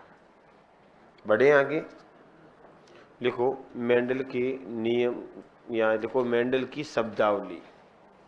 प्रयोग में कुछ शब्द काम में लिए थे मेंडल ने। मेंडल की शब्दावली या आनुवांशिक शब्दावली, मेंडल की शब्दावली। और इस शब्दावली से ही पिछली बार आपके प्रश्न मिला भी था, बना भी था। तो लिखो प्यारे मित्रों, मेंडल की शब्दावली की अपन थोड़ी सी बात करते हैं। मेंडल ने कौन कौन से शब्द दिए थे अपने प्रयोग के दौरान, बताओ मित्रों। हम टॉपिक क्या पढ़ रहे हैं तो पता है ना, जेनेटिक्स। या तो है ना, पढ़ क्या रहे हैं, आनुवांशिकता। आनुवांशिकता का पिता किसको बोलते हैं मित्रों, मेंडल को। आधुनिक आनुवांशिकता का पिता किसको बोलते हैं, बेटसन को। याद है अच्छे से। आनुवांशिकता क्या होती है, विज्ञान की एक शाखा, जिसमें किसका अध्ययन करते हैं मित्रों, वंशागति और विभिन्नता का। याद है, वंशागति क्या होती है, आनुवांशिक लक्षणों का पीढ़ी दर पीढ़ी स्थानांतरित होना। और विभिन्नता क्या होती है, एक ही जाति के जीवों में पाई जाने वाली असमानताएं विभिन्नताएं हो गई। विभिन्नताएं कितने प्रकार की हो गई, दो। कौन कौन सी, स्कायक और जननिक। सोमेटिक जो पीढ़ी दर पीढ़ी वंशागत नहीं होगी, जननिक जो पीढ़ी दर पीढ़ी वंशागत होगी। कितने प्रकार की है प्यारे मित्रों, दो। कौन कौन सी, सतत कंटिन्यूस और असतत डिसकंटिन्यूस। सतत उत्पन्न होगी जीन विनिमय के कारण, असतत उत्पन्न होगी उत्परिवर्तन म्यूटेशन के कारण। याद एकदम, लाइन डायग्राम सेट है दिमाग में। उसके बाद हमने किसकी बात की थी, मेंडल की। जन्म कब, नाम पूरा, ग्रेगर जॉन मेंडल। जन्म कब हुआ मित्रों, 22 जुलाई 1822। कहाँ हुआ था, ऑस्ट्रिया देश के हेजेनड्रॉप प्रांत के सिलेसिया गांव में। इसका प्रयोग कब प्रारंभ किए थे, 1857 से 1865। कब दिए थे, 1866 में। कौन सी पत्रिका में दिए थे? नेचर फॉर सेंडर जर्मन पत्रिका के अंदर। किस पर अपने प्रयोग किए थे? पाइसम सटाइवम उद्यान मटर पर। अन्य पादप हिरेसियम। मेंडल ने अपने प्रयोगों के दौरान कितने जोड़ी लक्षणों का अध्ययन किया था? 7। कौन कौन था बेटा? तने की लंबाई, पुष्प की स्थिति, पुष्प का रंग, फली की आकृति, फली का रंग, बीज की आकृति, बीज पत्र का रंग। याद हो गए? उसके बाद मेंडल की मृत्यु कब हुई थी मित्रों?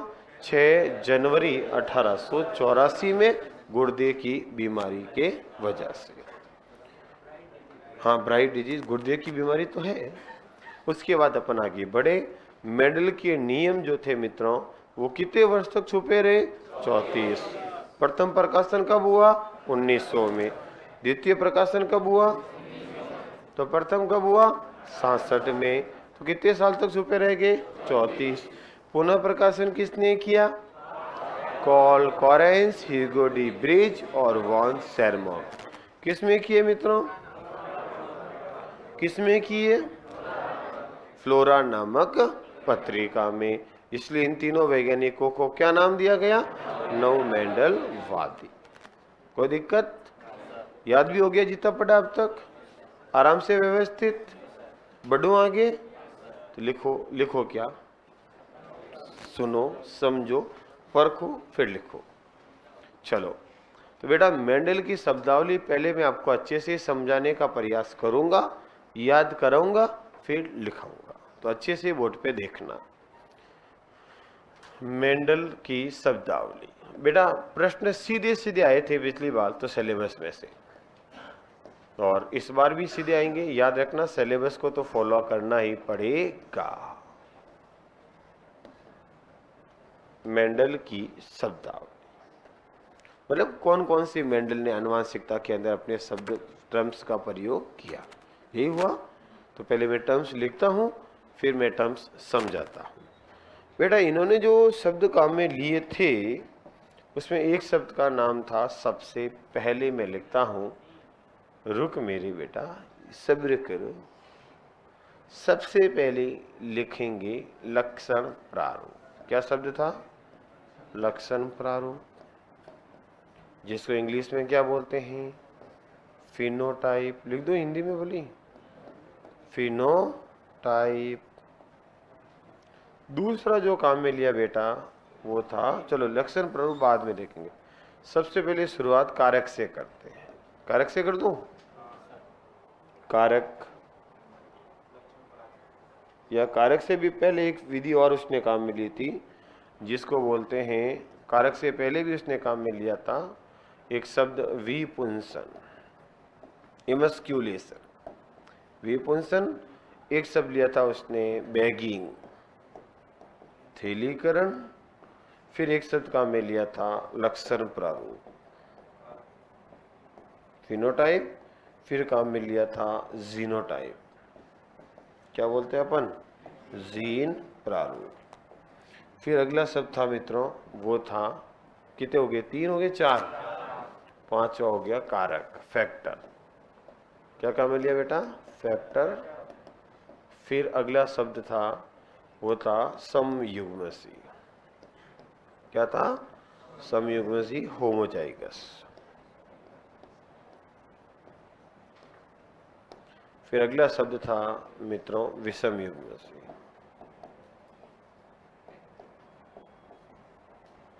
हेट्रोजाइगस। फिर अगला था अर्धयुग्मसी।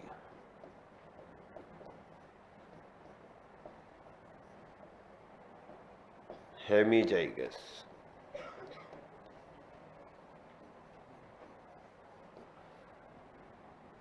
फिर अगला शब्द था एलील।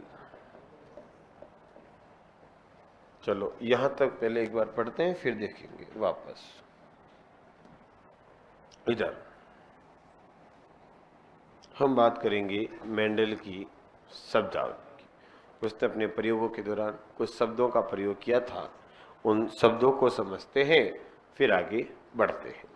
बेटा सबसे पहला शब्द था विपुंसन, इमस्क्यूलेशन। क्या बोलते हैं इसको? इमस्क्यूलेशन। दूसरा शब्द है थैली बैगिंग।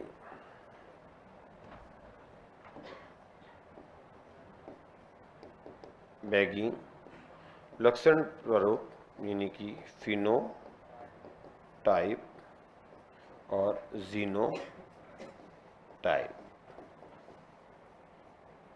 ये शब्द थे उन्होंने जो काम में लिए थे।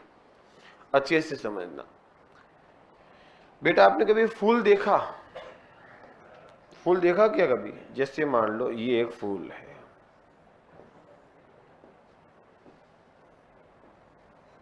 ये ऐसा कुछ फूल होता है, देखा होगा आप लोगों ने। फूल के अंदर कुछ हरी पंखुड़ियां होती है दोनों तरफ, देखा कभी आपने फूल?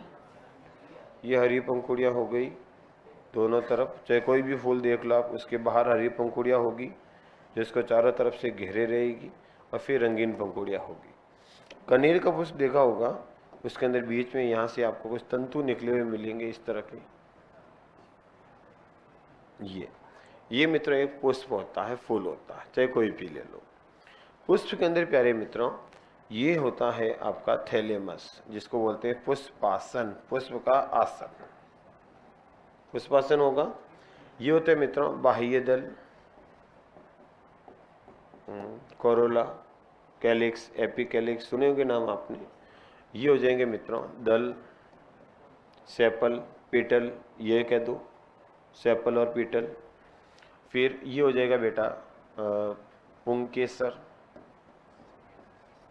पुंकेसर मतलब male gamete, male reproductive organ.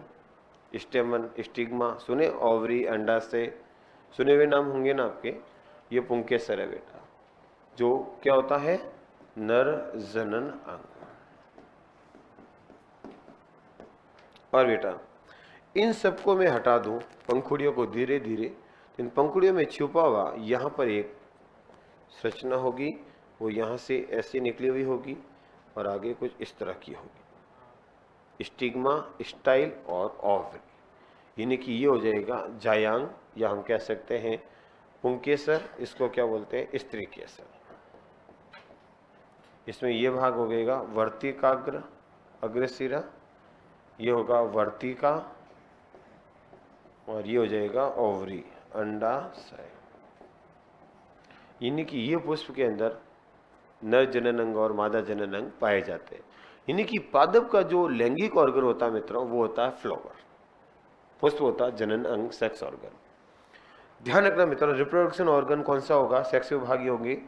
अब देखो इधर, ये नर जनन अंग है और यह छुपा हुआ कौन है? यहाँ मादा जनन अंग। यहां इसके अंदर छोटे छोटे कण होते हैं, इनको बोलते हैं पॉलन ग्रेन, पराग कण कहते हैं। क्या बोलते हैं बेटा? पॉलन ग्रेन, पराग कण कहते हैं। ये परागकण होते हैं मेल गैमिट। क्या होता है? ये नर युग्मक, और यहां होंगे मादा युग्मक, अंडाणु। तो यहां से परागकण यहां तक पहुंचेंगे, इस पहुंचने की क्रिया को कहते हैं पॉलिनेशन, परागण। क्या कहते हैं बेटा? परागण। अगर एक ही पुष्प के परागण उसी पुष्प के मादा युग्मक तक पहुंचते हैं, जिसको बोलते हैं सेल्फ पॉलिनेशन। क्या बोलते हैं? स्वपरागण। और दूसरे के पहुंचेंगे तो क्या कहेंगे बेटा? पर परागण। तो परागण की क्रिया कितने प्रकार की हो गई? 2 प्रकार की। आया कुछ समझ में? मैं क्या बोल रहा हूं, मेरे सब पकड़ में आ रहे हैं क्या? वापस सुनना। पुष्प के अंदर नर और मादा जननांग होते हैं। नर जननांग में नर युग्मक परागकण बनते हैं, मादा जननांग में मादा युग्मक अंडाणु बनते हैं। नर जनन अंग के अंदर नर युग्मक बनते हैं, मेल गैमेट, पॉलन ग्रेन, परागकण। ये मादा युग्मक तक पहुंचेंगे, पहुंचने की क्रिया क्या कहलाएगी? माला हवा का झोंका आया और इसमें परागण ये पक गए, पकने पर ये फट जाता है और इसमें से परागण निकले और हवा के झोंके से इधर गिरे और यहाँ आए, तो यहाँ पहुंचना क्रिया कहलाई परागण, पॉलिनेशन। खुद के ही पहुंच रहे हैं तो क्या कहलाएगा? स्वपरागण। और ये पुष्प यहाँ लगा, दूसरा ऊपर लगा और उसकी हवा के झोंके से इस पर गिर गए और यहाँ निषेचन हो गया, तो परपरागण। आया समझ में? खुद के पुष्प का नर युग्मक खुद के मादा युग्मक तक पहुंचेगा तो सेल्फ पॉलिनेशन स्वपरागण, और दूसरे के पहुंचेगा तो परपरागण। मेंडल ने क्या किया मित्रों कि वो चाहता था कि मैं चाहूँ वो परागण होना चाहिए स्व या पर, अपने आप नहीं होना चाहिए इकोलॉजिकल प्राकृतिक रूप से। तो उसने क्या किया, सबसे पहले इस पादप के कुछ पुष्प के पूरे का नहीं, एक ही पर बहुत सारे फूल होते हैं बेटा, कुछ पादप के 600 अवस्था में ही पुष्प के नर जनन अंग को कैंची से काटकर हटा दिया। अब बताओ, इसके जनन अंगों को नर अंग को कैंची से काटकर हटा दिया तो क्या इसमें स्वपरागण हो सकता है? क्यों? जनन अंग ही नहीं है तो युग्म का निर्माण ही नहीं होगा। तो कैंची से काटकर हटा दिया, ये हटाना कहलाता विपुंसन। ये आया था एलडीसी 2018। विपुंसन क्या है? ऑप्शन में उत्तर था नर युग्म को हटाना, नर जनन अंग को हटाना। तो इसीलिए शब्दावली पूछी थी, शब्द का अर्थ। तो मित्रों, पहला शब्द का अर्थ आपको समझ में आया होगा। विपुंसन क्या होता है? नर जनन अंग को हटाना। नर जनन अंग को क्या करना मित्रों? हटाना। क्या कहलाएगा? विपुंसन। और ये किस लिए किया मित्रों? सेल्फ पॉलिनेशन, स्वपरागण रोकने के लिए। तो कारण पूछे तभी बता सकते हो। तो मित्रों, मेंडल ने स्वपरागण रोकने के लिए पुष्प के नर जनन अंग को 600 अवस्था में परिपक्व अवस्था से पहले ही हटा दिया। इस क्रिया को नाम दिया विपुंसन। तो प्रश्न पिछली बार तो पूछा था विपुंसन क्या है, तो उत्तर क्या था? नर जनन अंग को हटाना। विपुंसन क्यों किया जाता है? तो क्या हो जाएगा? स्वपरागण रोकने के लिए। आगे पहला शब्द याद? कोई दिक्कत पहले शब्द में? तो मित्रों देखो, इधर पहला शब्द हो गया स्वपरागण रोकने के लिए। अब बताओ, दूसरे परागण इसके ऊपर गिर ही सकते हैं? तो मेंडल ने क्या किया, इसको हटा करके इसको थैली से क्या कर दिया? ढक दिया, पैक कर दिया। अब थैली से ढक दिया तो बताओ दूसरा परागण इसके ऊपर गिर सकता है क्या? नहीं। तो थैली से ढकना क्या कहलाएगा?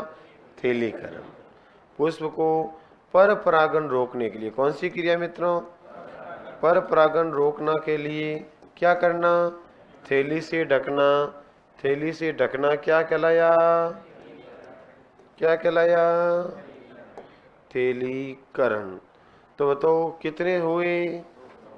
कोई दिक्कत? पहला शब्द क्या होगा? विपुंसन। किस लिए किया मेंडल ने? स्वपरागण रोकने के लिए। क्या किया? नर जनन अंग को कैंची से हटा दिया। दूसरा कौन सा बेटा? थैलीकरण। क्या किया? स्वपरागण रोकने के लिए, तो कैंची से हटाया। परपरागण रोकने पुष्प को थैली से ढक दिया, और ढकना क्या कहलाया? बहगी। याद हो गई? कोई बड़ी बात थोड़ी है। और प्रश्न क्या आता है ये भी मैंने आपको बता दिया। तो याद रखना, आराम से टॉपिक हो जाएंगे और वापस ज्यादा माथापड़ी करने की जरूरत भी नहीं होगी। बस शर्त मेरी एक ही है, वापस एक बार पढ़ते रहना, और फिर आपका जो कमजोर सब्जेक्ट है, जो आपको कम आता है, उस पर ध्यान दो। साइंस तो मेरे ऊपर छोड़ दो। हो गए ना? ज्यादा नहीं तो भी 50 में से 40 क्वेश्चन करवा दूंगा। कर लोगे? कर लेंगे, करेंगे जैसे देख। चलो आगे। अगला कौन सा बेटा? लक्षण प्रारूप। लक्षण क्या होते हैं? लक्षण। लक्षण क्या होते हैं? किसी भी जीव को बाहरी रूप से देखने पर जो लक्षण दिखेंगे वो क्या होंगे?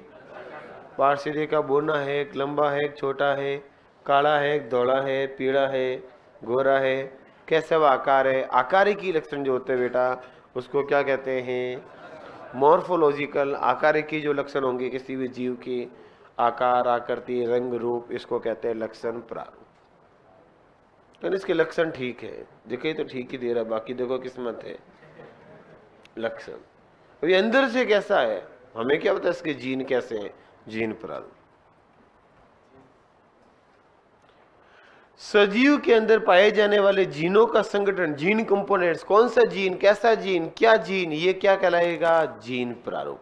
और लक्षण प्रारूप बाहरी लक्षण, आंतरिक लक्षण जीन प्रारूप। हो गए 4 शब्द याद?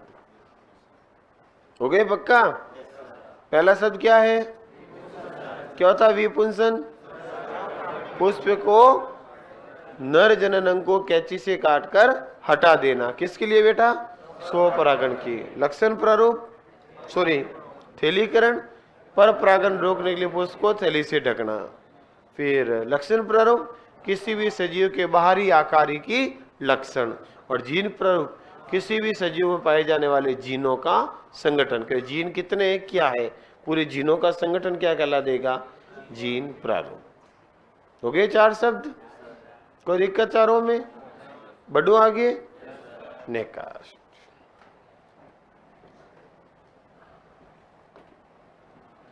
क्या है? कारक। मेंडल का कारक वंशागति की क्या होती है बेटा? इकाई। वंशागति की इकाई जो होती है वो क्या होता है मित्रों? कारक। जो किसी भी लक्षण की वंशागति के लिए क्या होंगे? जिम्मेदार। ऐसे पदार्थ जो वंशागति की इकाई होते हैं और किसी भी लक्षण को आगे से आगे लेकर जाते हैं, वो क्या होते हैं? तो मेंडल ने कहा कि मैंने प्रयोगों द्वारा सिद्ध किया कि जीवों के अंदर एक विशेष प्रकार के कारक होते हैं जो लक्षणों को आगे से आगे पीढ़ी में लेकर जाते हैं। और साथ ही साथ उन्होंने ये भी कहा कि कारक जो होते हैं प्यारे मित्रों, ये हमेशा किस रूप में पाए जाते हैं? जोड़ी के रूप में पाए जाते हैं। इन्हीं कारक को बाद में एक वैज्ञानिक आया जिसका नाम था जॉनसन, और जॉनसन ने क्या कहा? जीन का। तो जिसको आधुनिक समय में हम जीन कहते हैं, उसी को मेंडल ने कारक फैक्टर कहा था। तो फैक्टर क्या होता है मित्रों? यूनिट ऑफ हेरिडिटी, वंशागति की इकाई होते हैं, और किसी भी लक्षण की वंशागति के लिए क्या होते हैं? जिम्मेदार होते हैं, जो हमेशा किस रूप में पाए जाते हैं? एक जोड़े के रूप में। और इसी को अपन वर्तमान में क्या कहते हैं? जीन। तो जिसको हम जीन कहते हैं उसी को मेंडल ने क्या कहा? कारक। तो जीन की खोज किसने की? जॉनसन ने। और कारक की खोज किसने की? मेंडल ने। लेकिन दोनों अलग है या एक ही है? कोई दिक्कत? आगे। कारक हमेशा किस रूप में होते हैं? जब दोनों कारक आपस में क्या हो? समान जोड़े के एक ही लक्षण के कारक। याद रखना, लक्षण क्या होना चाहिए? सेम। जैसे लंबेपन के दोनों बड़े बड़े, दोनों छोटे छोटे, तो इसको क्या नाम देंगे? जैसे दोनों छोटे छोटे, दोनों बड़े बड़े, तो इनको क्या नाम देंगे? समयुग्मजी। जब जोड़ी के दोनों कारक आपस में समान होते हैं तो उन्हें समयुग्मजी कहते हैं। और जब जोड़ी के दोनों कारक एक ही लक्षण के होंगे और अलग अलग, जैसे छोटा बड़ा, तो क्या कहलाएंगे? विषमयुग्मी। लक्षण क्या होना चाहिए? एक। लंबापन, तो लंबापन बोना होगा या लंबा? लक्षण तो लंबापन ही हुआ, तने की लंबाई। याद हो? पुष्प का रंग तो रंगी हुआ। लेकिन मित्रों अलग अलग लक्षण, अलग अलग कारक एक साथ आए तो क्या कहलाएगा? अर्धयुग्मजी। जैसे एक्स वाई, एक्स मादा के लक्षण वाला है और वाई नर के लक्षण वाला है, लेकिन आधा आधा दोनों आए तो क्या कहलाया? अर्धयुग्मजी। एक ही लक्षण के छोटे मोटे हुए तो क्या कहलाया? विषमयुग्मजी। अलग अलग लक्षण का है तो क्या कहलाया? अर्धयुग्मजी। ये हो गई आपकी 8 परिभाषाएं। याद हुई कुछ? ये हो गई मेंडल की शब्दावली। कुछ समझ में आया और वापस गया? धीरे धीरे जा रहा तो रोक भाई। तो लिखा दो इनको पॉइंट टू पॉइंट, एक एक। हेडिंग क्या लगाया? तो लिखो पहला शब्दावली, पहला शब्द लिखो साहब, विपुंसन। क्या है रे? क्या हो गया? विपुंसन। बोलो आराम से, लिखो। एक एक शब्द लिखना आराम से। पहला लिखो विपुंसन। ऐसी कौन सी भाई? इनकी जरा समस्या का निवारण करना।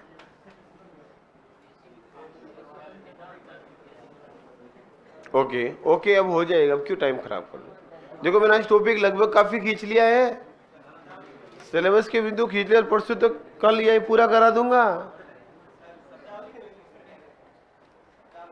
शब्दावली को इंग्लिश में क्या कहते हैं? सिलेबस में दिया ना, नोमेनकल्चर, नामकरण। नामकरण है ये। हाँ लिखो विपुंसन, विपुंसन लिखो।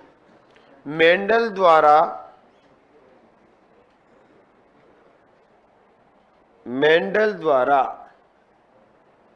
स्वपरागण की क्रिया रोकने के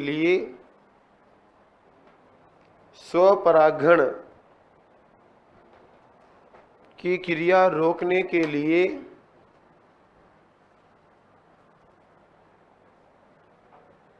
शैशवावस्था में ही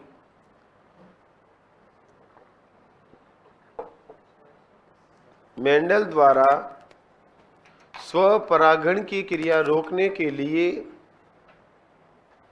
शैशवावस्था में ही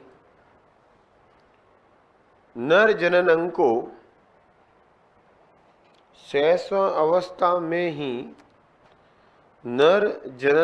को नर जनन अंग को कैंची की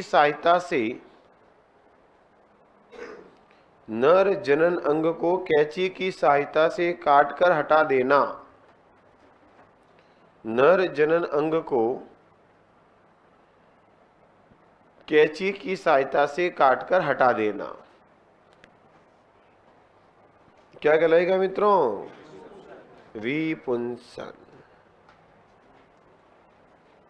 फिर दूसरा लिखो थैलीकरण, बैगिंग।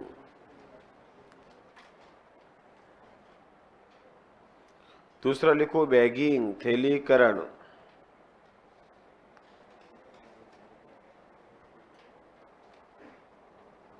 बैगिंग, थैलीकरण लिखो। मेंडल द्वारा परपरागण क्रिया रोकने के लिए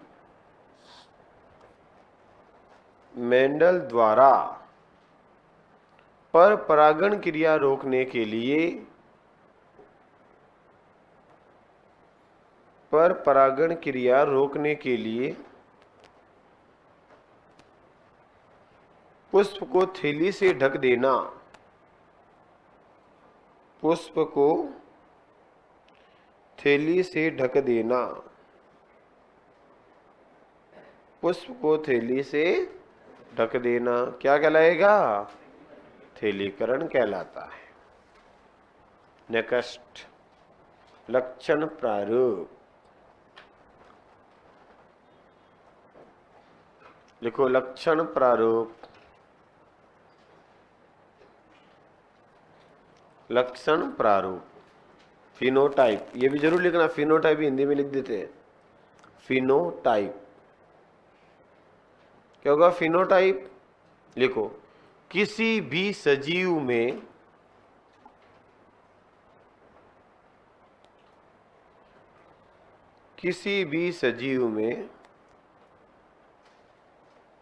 पाए जाने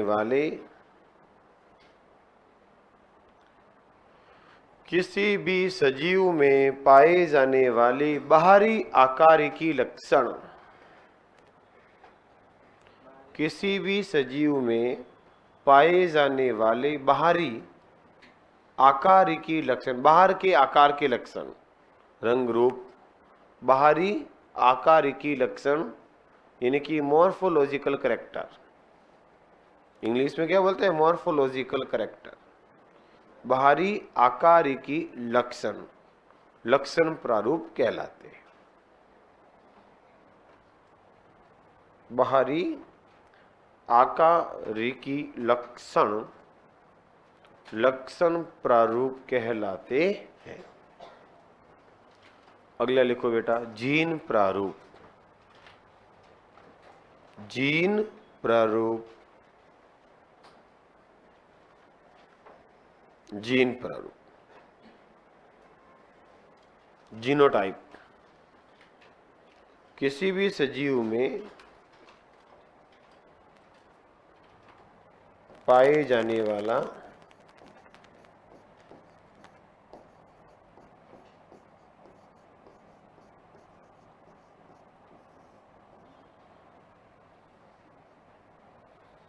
किसी भी सजीव में पाया जाने वाला जीनों का संगठन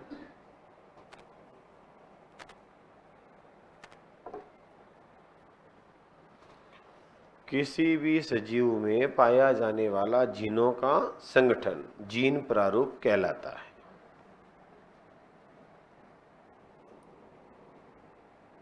जीनों का संगठन क्या कहलाएगा प्यारे मित्रों? जीन प्रारूप कहलाता है। अगला लिखो,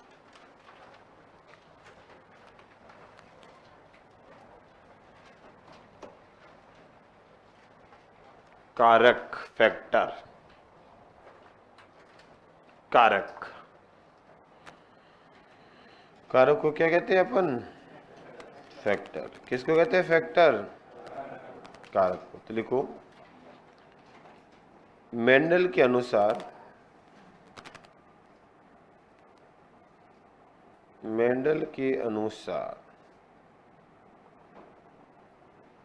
कारक, मेंडल के अनुसार कारक वंशागति की इकाई होते हैं। कारक वंशागति की इकाई होते हैं। कारक वंशागति की इकाई होते हैं जो किसी भी लक्षण की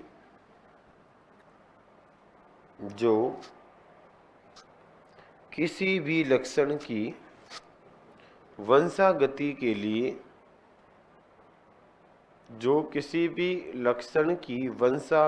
के लिए जिम्मेदार होते हैं।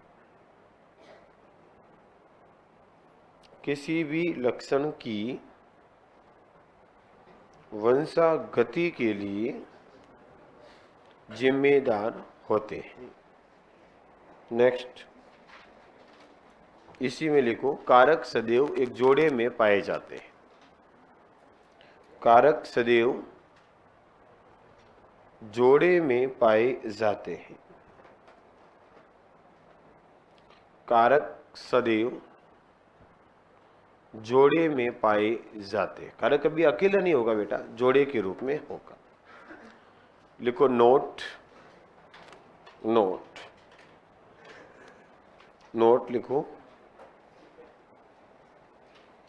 लिखो, कारक को ही आधुनिक समय में जोहानसन द्वारा कारक को ही आधुनिक समय में जोहानसन द्वारा जीन कहा गया। जॉनसन द्वारा जीन कहा गया। अतः जीन की खोज जॉनसन ने की।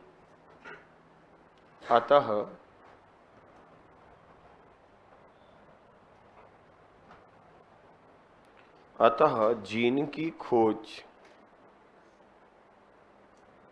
जॉनसन ने की। अतः जीन की खोज जॉनसन ने की तथा कारक की खोज मेंडल ने। तथा कारक की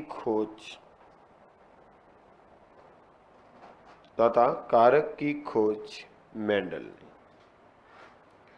जीन की खोज किसके द्वारा की गई मित्रों? और कारक की खोज किसके द्वारा की गई बेटा? मेंडल। नेक्स्ट, आगे बढ़े। फिर लिखो, कारक हो गया, जीन हो गया, लक्षण प्ररूप। लिखो, समयुग्मसी, होमोजाइगस। समयुग्मसी।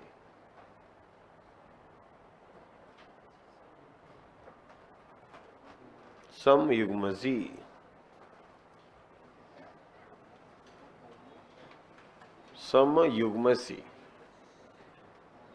लिखो, जब जोड़ी के दोनों कारक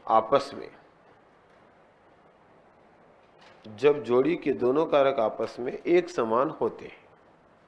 समान हो गया समयुग्मसी। जब जोड़ी के दोनों कारक आपस में एक समान होते हैं। जोड़ी के दोनों कारक आपस में एक समान सेम होंगे। जैसे लिख दो दोनों कैपिटल टी स्मॉल टी, जैसे कैपिटल टी लिखा हुआ है ना, देखो मैंने लिखे थे शायद, small T capital Y small Y आदि।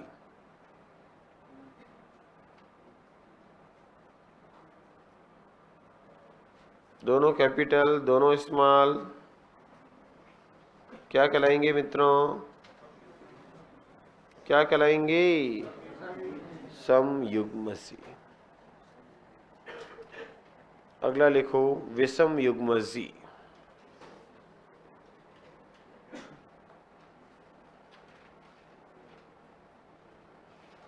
विषम युग्मसी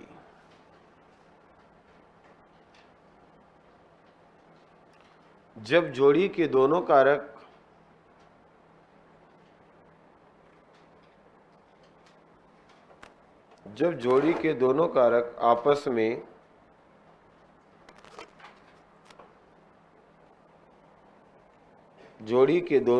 आपस में असमान होते हैं।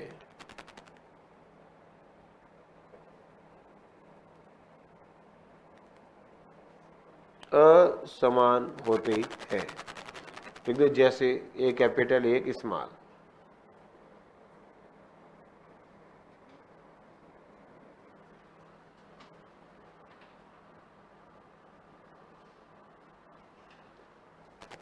और लिखो मित्रों अर्धयुग्मसी हेमीजाइगस। अर्धयुग्मसी हेमीजाइगस किसको बोलेंगे? हेमीजाइगस अर्धयुग्मसी को। अर्धयुग्मसी किसको बोलेंगे? हेमीजाइगस को। बहुत बढ़िया, इतने इंटेलिजेंट हो गए हो तुम लोग हैं। और जेनेटिक्स का मेन बेस मेंडल है, और मेंडल तो पढ़ लिया। मेंडल में बचा क्या है? मेंडल के नियम और मेंडल के प्रयोग, दो ही तो बचा पॉइंट। करा दिया मैंने बातों में। मेंडल तो एकदम शॉर्ट सिलेक्टिव और पॉइंट टू पॉइंट चलाओ। और मैंने बिल्कुल भी आज पूरा प्रयास किया टॉपिक टू टॉपिक चलने का, तो इसका नतीजा ये एक टॉपिक हो गया।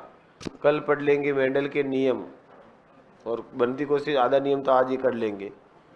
फिर पढ़ लेंगे मेंडल के प्रयोग, प्रयोग से आएगा नियम। उसके बाद हो गया मेंडल पूरा। फिर पढ़ लेंगे प्यारे मित्रों डीएनए आरएनए की न्यूक्लिक एसिड। न्यूक्लिक एसिड होने के बाद पढ़ लेंगे अपन गुणसूत्र, गुणसूत्र की संरचना, लिंग निर्धारण, खत्म पूरा।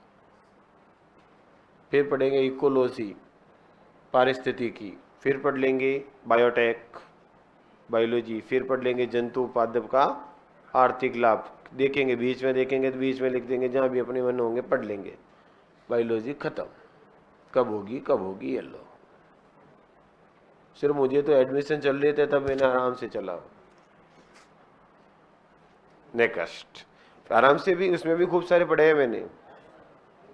बस मेरा मैटर शॉर्ट होगा, सिलेक्टिव होगा, पॉइंट टू पॉइंट होगा, और याद भी होगा, और प्रश्न भी होगा, और एग्जाम में भी सीधा मिलेगा।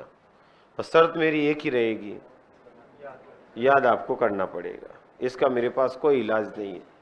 मैं बता सकता हूँ, पढ़ा सकता, और कम मैटर में मैं बहुत कुछ पढ़ाता हूँ, ध्यान रखना, लेवल पूरा रहता है। बस शर्त एक ही है, आपको याद कितना है। और जल्दी कोर्स होने के दो कारण हैं, एक तो कम लिखाना, पॉइंट टू पॉइंट चलना, दूसरा इधर उधर मैं बात नहीं करता, काम करूंगा, बात करूंगा, बहुत सारी की ना, इतनी सारी बातें। बट मित्रों मकसद एक ही रहेगा, किसी हालत में सिलेक्शन होना चाहिए, किसी हालत में प्रश्न सही होना चाहिए। इस मकसद को तो मैं हमेशा लेकर चलूंगा। और प्रश्न सही नहीं और हमने टॉपिक पढ़ लिया तो आप जीरो हो। पढ़ो ही क्यों, फिर छोड़ दो ना। पढ़ तो किस लिए पढ़ते हो? प्रश्नों के लिए, या के कोई मजे करने थोड़ी आते हो। पढ़ा कुछ क्या, रहने दो, पढ़ा जो पढ़ लिया, माथा खराब कर। सुबह सुबह उठ के आगे पता नहीं, पहले होता तो पता नहीं, आते ही नहीं हम, पता होता तो आते ही नहीं है ना। लिखो, जब अलग अलग जोड़ी के कारक अलग अलग, जब अलग अलग जोड़ी के कारक अलग अलग जोड़ी के कारक अलग अलग हुए मित्र, दोनों एक साथ उपस्थित हो, एक साथ उपस्थित हो, जैसे लिख दो एक्स वाई, जैसे कैसे एक्स और वाई लिख दो मेरे भाई। ये हो गए मित्रों आपकी मेंडल की कुछ शब्दावली। आई को समझ में और वापस गई। चलो बढ़े आगे, एक साथ वर्ड लिखो एलील।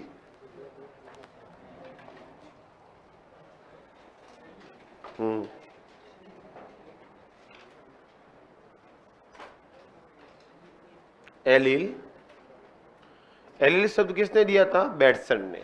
लिखो, एलील शब्द बैटसन द्वारा दिया गया। बैटसन, ऐसे ही पिताजी थोड़ी बने हैं भाई आधुनिक। एलील शब्द किसने दिया मित्रों? बैटसन। लिखो, एलील शब्द बैटसन द्वारा दिया गया। तो एलील वर्ड देने वाले साइंटिस्ट का नाम क्या है प्यारे मित्रों? बैटसन। कौन से सन है? बैटसन। हाँ, बैटसन। एलील क्या होती पहले समझो ताकि लिखने में दिक्कत नहीं आई। बेटा इन्होंने कहा कि कोई समझा जोड़ी के गुण, याद करो गुणसूत्र भी जोड़ी में होते हैं और जो समान लक्षण के होते हैं बोलते हैं समजात। समजात जोड़ी के गुणसूत्र पर जब दो जीन, एक ही लक्षण की दो जीन, ये हो गई मान लो, ये हो गया छोटा, ये हो गया बड़ा, या दोनों हो गया छोटा, लक्षण तो एक ही हुआ। ये मान लो मैं छोटा ही छोटा बना दूं, एक ही लक्षण की जीन एक ही जगह पर उपस्थित होती है तो आपस में एलील कहलाती है। देखो, ये दो गुणसूत्र बना दिए और गुणसूत्र के ऊपर जीन होती है और कहा कि जब लक्षण एक, वर्णापन हो गया एक लक्षण, एक ही लक्षण की जीन समजात गुणसूत्र पर समान जगह, देखो ये यहां से लगभग बराबर दूरी पर बनाने का प्रयास किया मैंने, समान जगह पर उपस्थित हो तो वो आपस में क्या कहलाती है? एलील। बस ये एलील आ जाएगा समझ में कुछ? लिखो, एक ही लक्षण की दो जीन,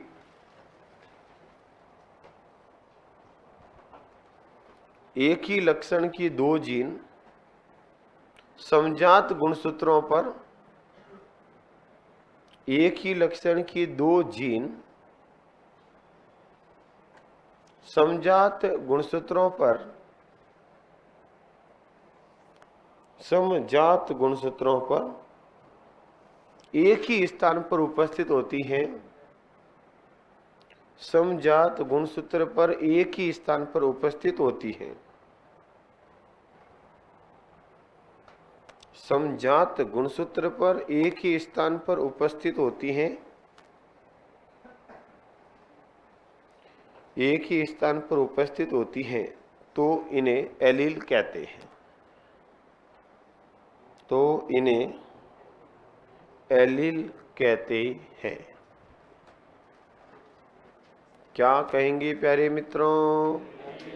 एलील। कोई दिक्कत? ये हुआ मित्रों एलील, यानी कि शब्दावली कुछ। अब लिखो मेंडल के प्रयोग व नियम। अगला हेडिंग लगाओ, मेंडल के प्रयोग व नियम।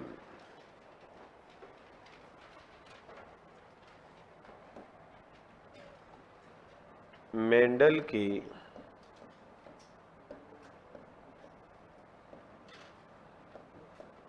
प्रयोग व नियम। आपको अच्छे से याद होगा मेंडल ने अपने कितने नियम दिए थे मित्रों? 3। और कितने प्रयोग किए थे? 2। मेंडल ने अपने जिंदगी में 2 ही प्रयोग किए थे और 3 नियम दिए थे। तो कौन कौन से नियम दिए ये भी आपको याद है? याद है ना बेटा? पहला नियम दिया था जिसको आप क्या बोलते हो? लॉ ऑफ डोमिनेंस, प्रभाविता का नियम। याद आया? एक नियम तो ये दिया, दूसरा कौन सा दिया बेटा? दूसरा दिया था गैमीट फॉर्मेशन, युग्मक पृथक्करण का नियम। क्या नियम दिया? युग्मक पृथक्करण का नियम। और तीसरा है मित्रों फ्री हेरिडिटी, है ना? अरे तीसरा कौन सा था? स्वतंत्र अपव्यूहन का, अपव्यूहन का नियम। तो बताओ कितने नियम दिए? 3। इधर बेटा ये पहले 2 नियम हैं वो एकल संकरण पर आधारित है। किस पर?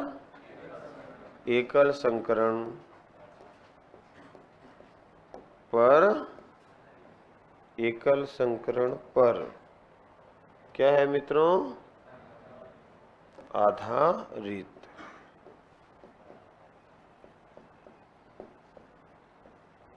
और ये द्विसंकरण पर आधारित।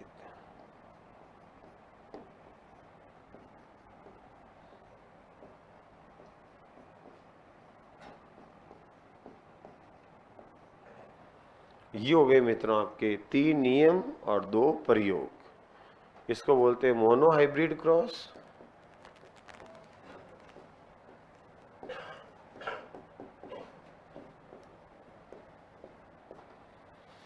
इसको बोलेंगे डाई हाइब्रिड क्रॉस। नोट किया जाए।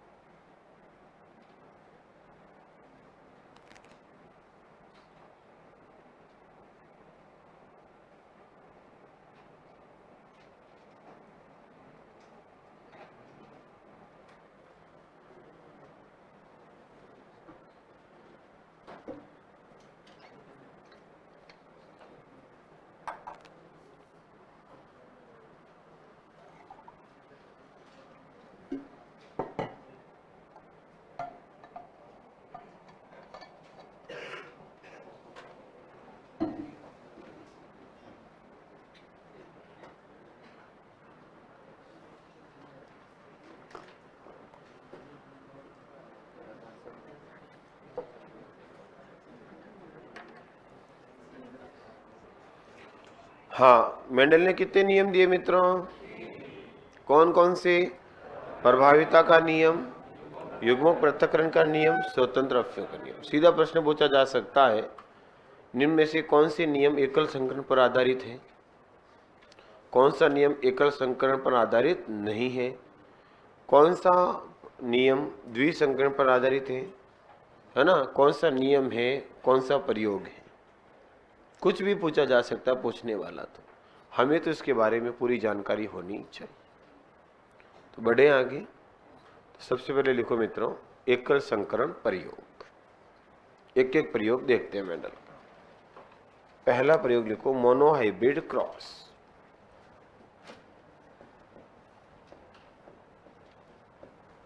एकल संकरण प्रयोग।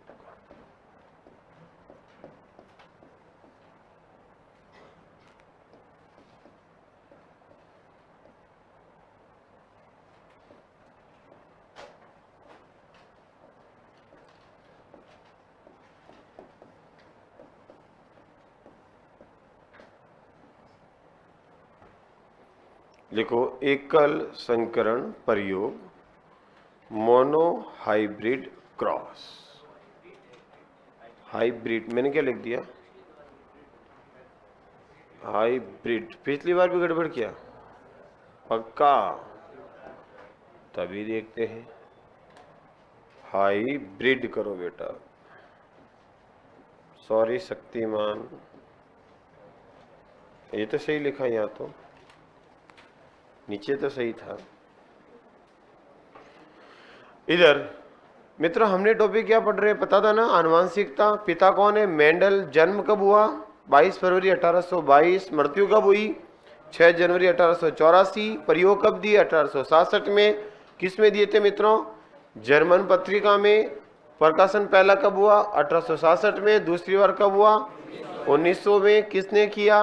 वॉन शर्मा कॉरेंस और ह्यूगो डी ब्रिज। किस में किया?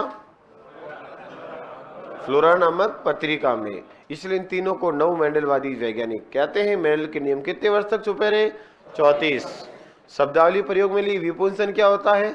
नर जनन को हटाना, थैलीकरण थैली ढकना, कारक लक्षण की वंशागति के लिए जिम्मेदार होना, समयुग्मजी समान लक्षण, विषमयुग्मजी असमान कारक, अर्धयुग्मजी अलग अलग कारक। फिर हमने कहा मेंडल ने अपनी जिंदगी में कितने नियम दिए? 3। कौन कौन से मित्रों? प्रभाविता का नियम, युग्मक पृथक्करण का नियम और स्वतंत्र अफ्यून का नियम। याद है? और मेंडल ने कितने प्रयोग किए? 3। 2 एकल संकरण और द्विसंकरण। लिखो एकल संकरण प्रयोग। लिखो इस प्रयोग में मेंडल ने एक लक्षण की वंशागति का, एक लक्षण की वंशागति का अध्ययन किया। इस प्रयोग में मेंडल ने एक लक्षण की वंशागति का प्रयोग किया। कितने जोड़ी लक्षण लिए मित्रों? एक जोड़ी। एक लक्षण और कारक कितने जोड़ी? एक जोड़ी। तभी तो एक लक्षण के एक जोड़ी होंगे ना। अरे भाई कारक हमेशा किस में रूप में पाए जाते हैं? जोड़ी के रूप में। किसने कहा था ये? मेंडल ने। किसने कहा था प्यारे मित्रों? मेंडल। आपके सिलेबस में क्या क्या था बताता है ना आपको? उसमें से काफी बिंदु मैंने कवर कर दिए हैं। आते ही मैंने लिखा था शब्दावली हो गई ना, अब प्रयोग नियम हो जाएगा ये भी। फिर सीधा क्या होगा? न्यूक्लिक एसिड, फिर गुणसूत्र और लिंग निर्धारण और सेंट्रल डॉगमा इसके साथ हो जाएगा। न्यूक्लिक एसिड की सेंट्रल डॉगमा साथ होगा, फिर ये बचेगा, बस खत्म। ओके, तो बाकी बढ़ते हैं कल। Thank you.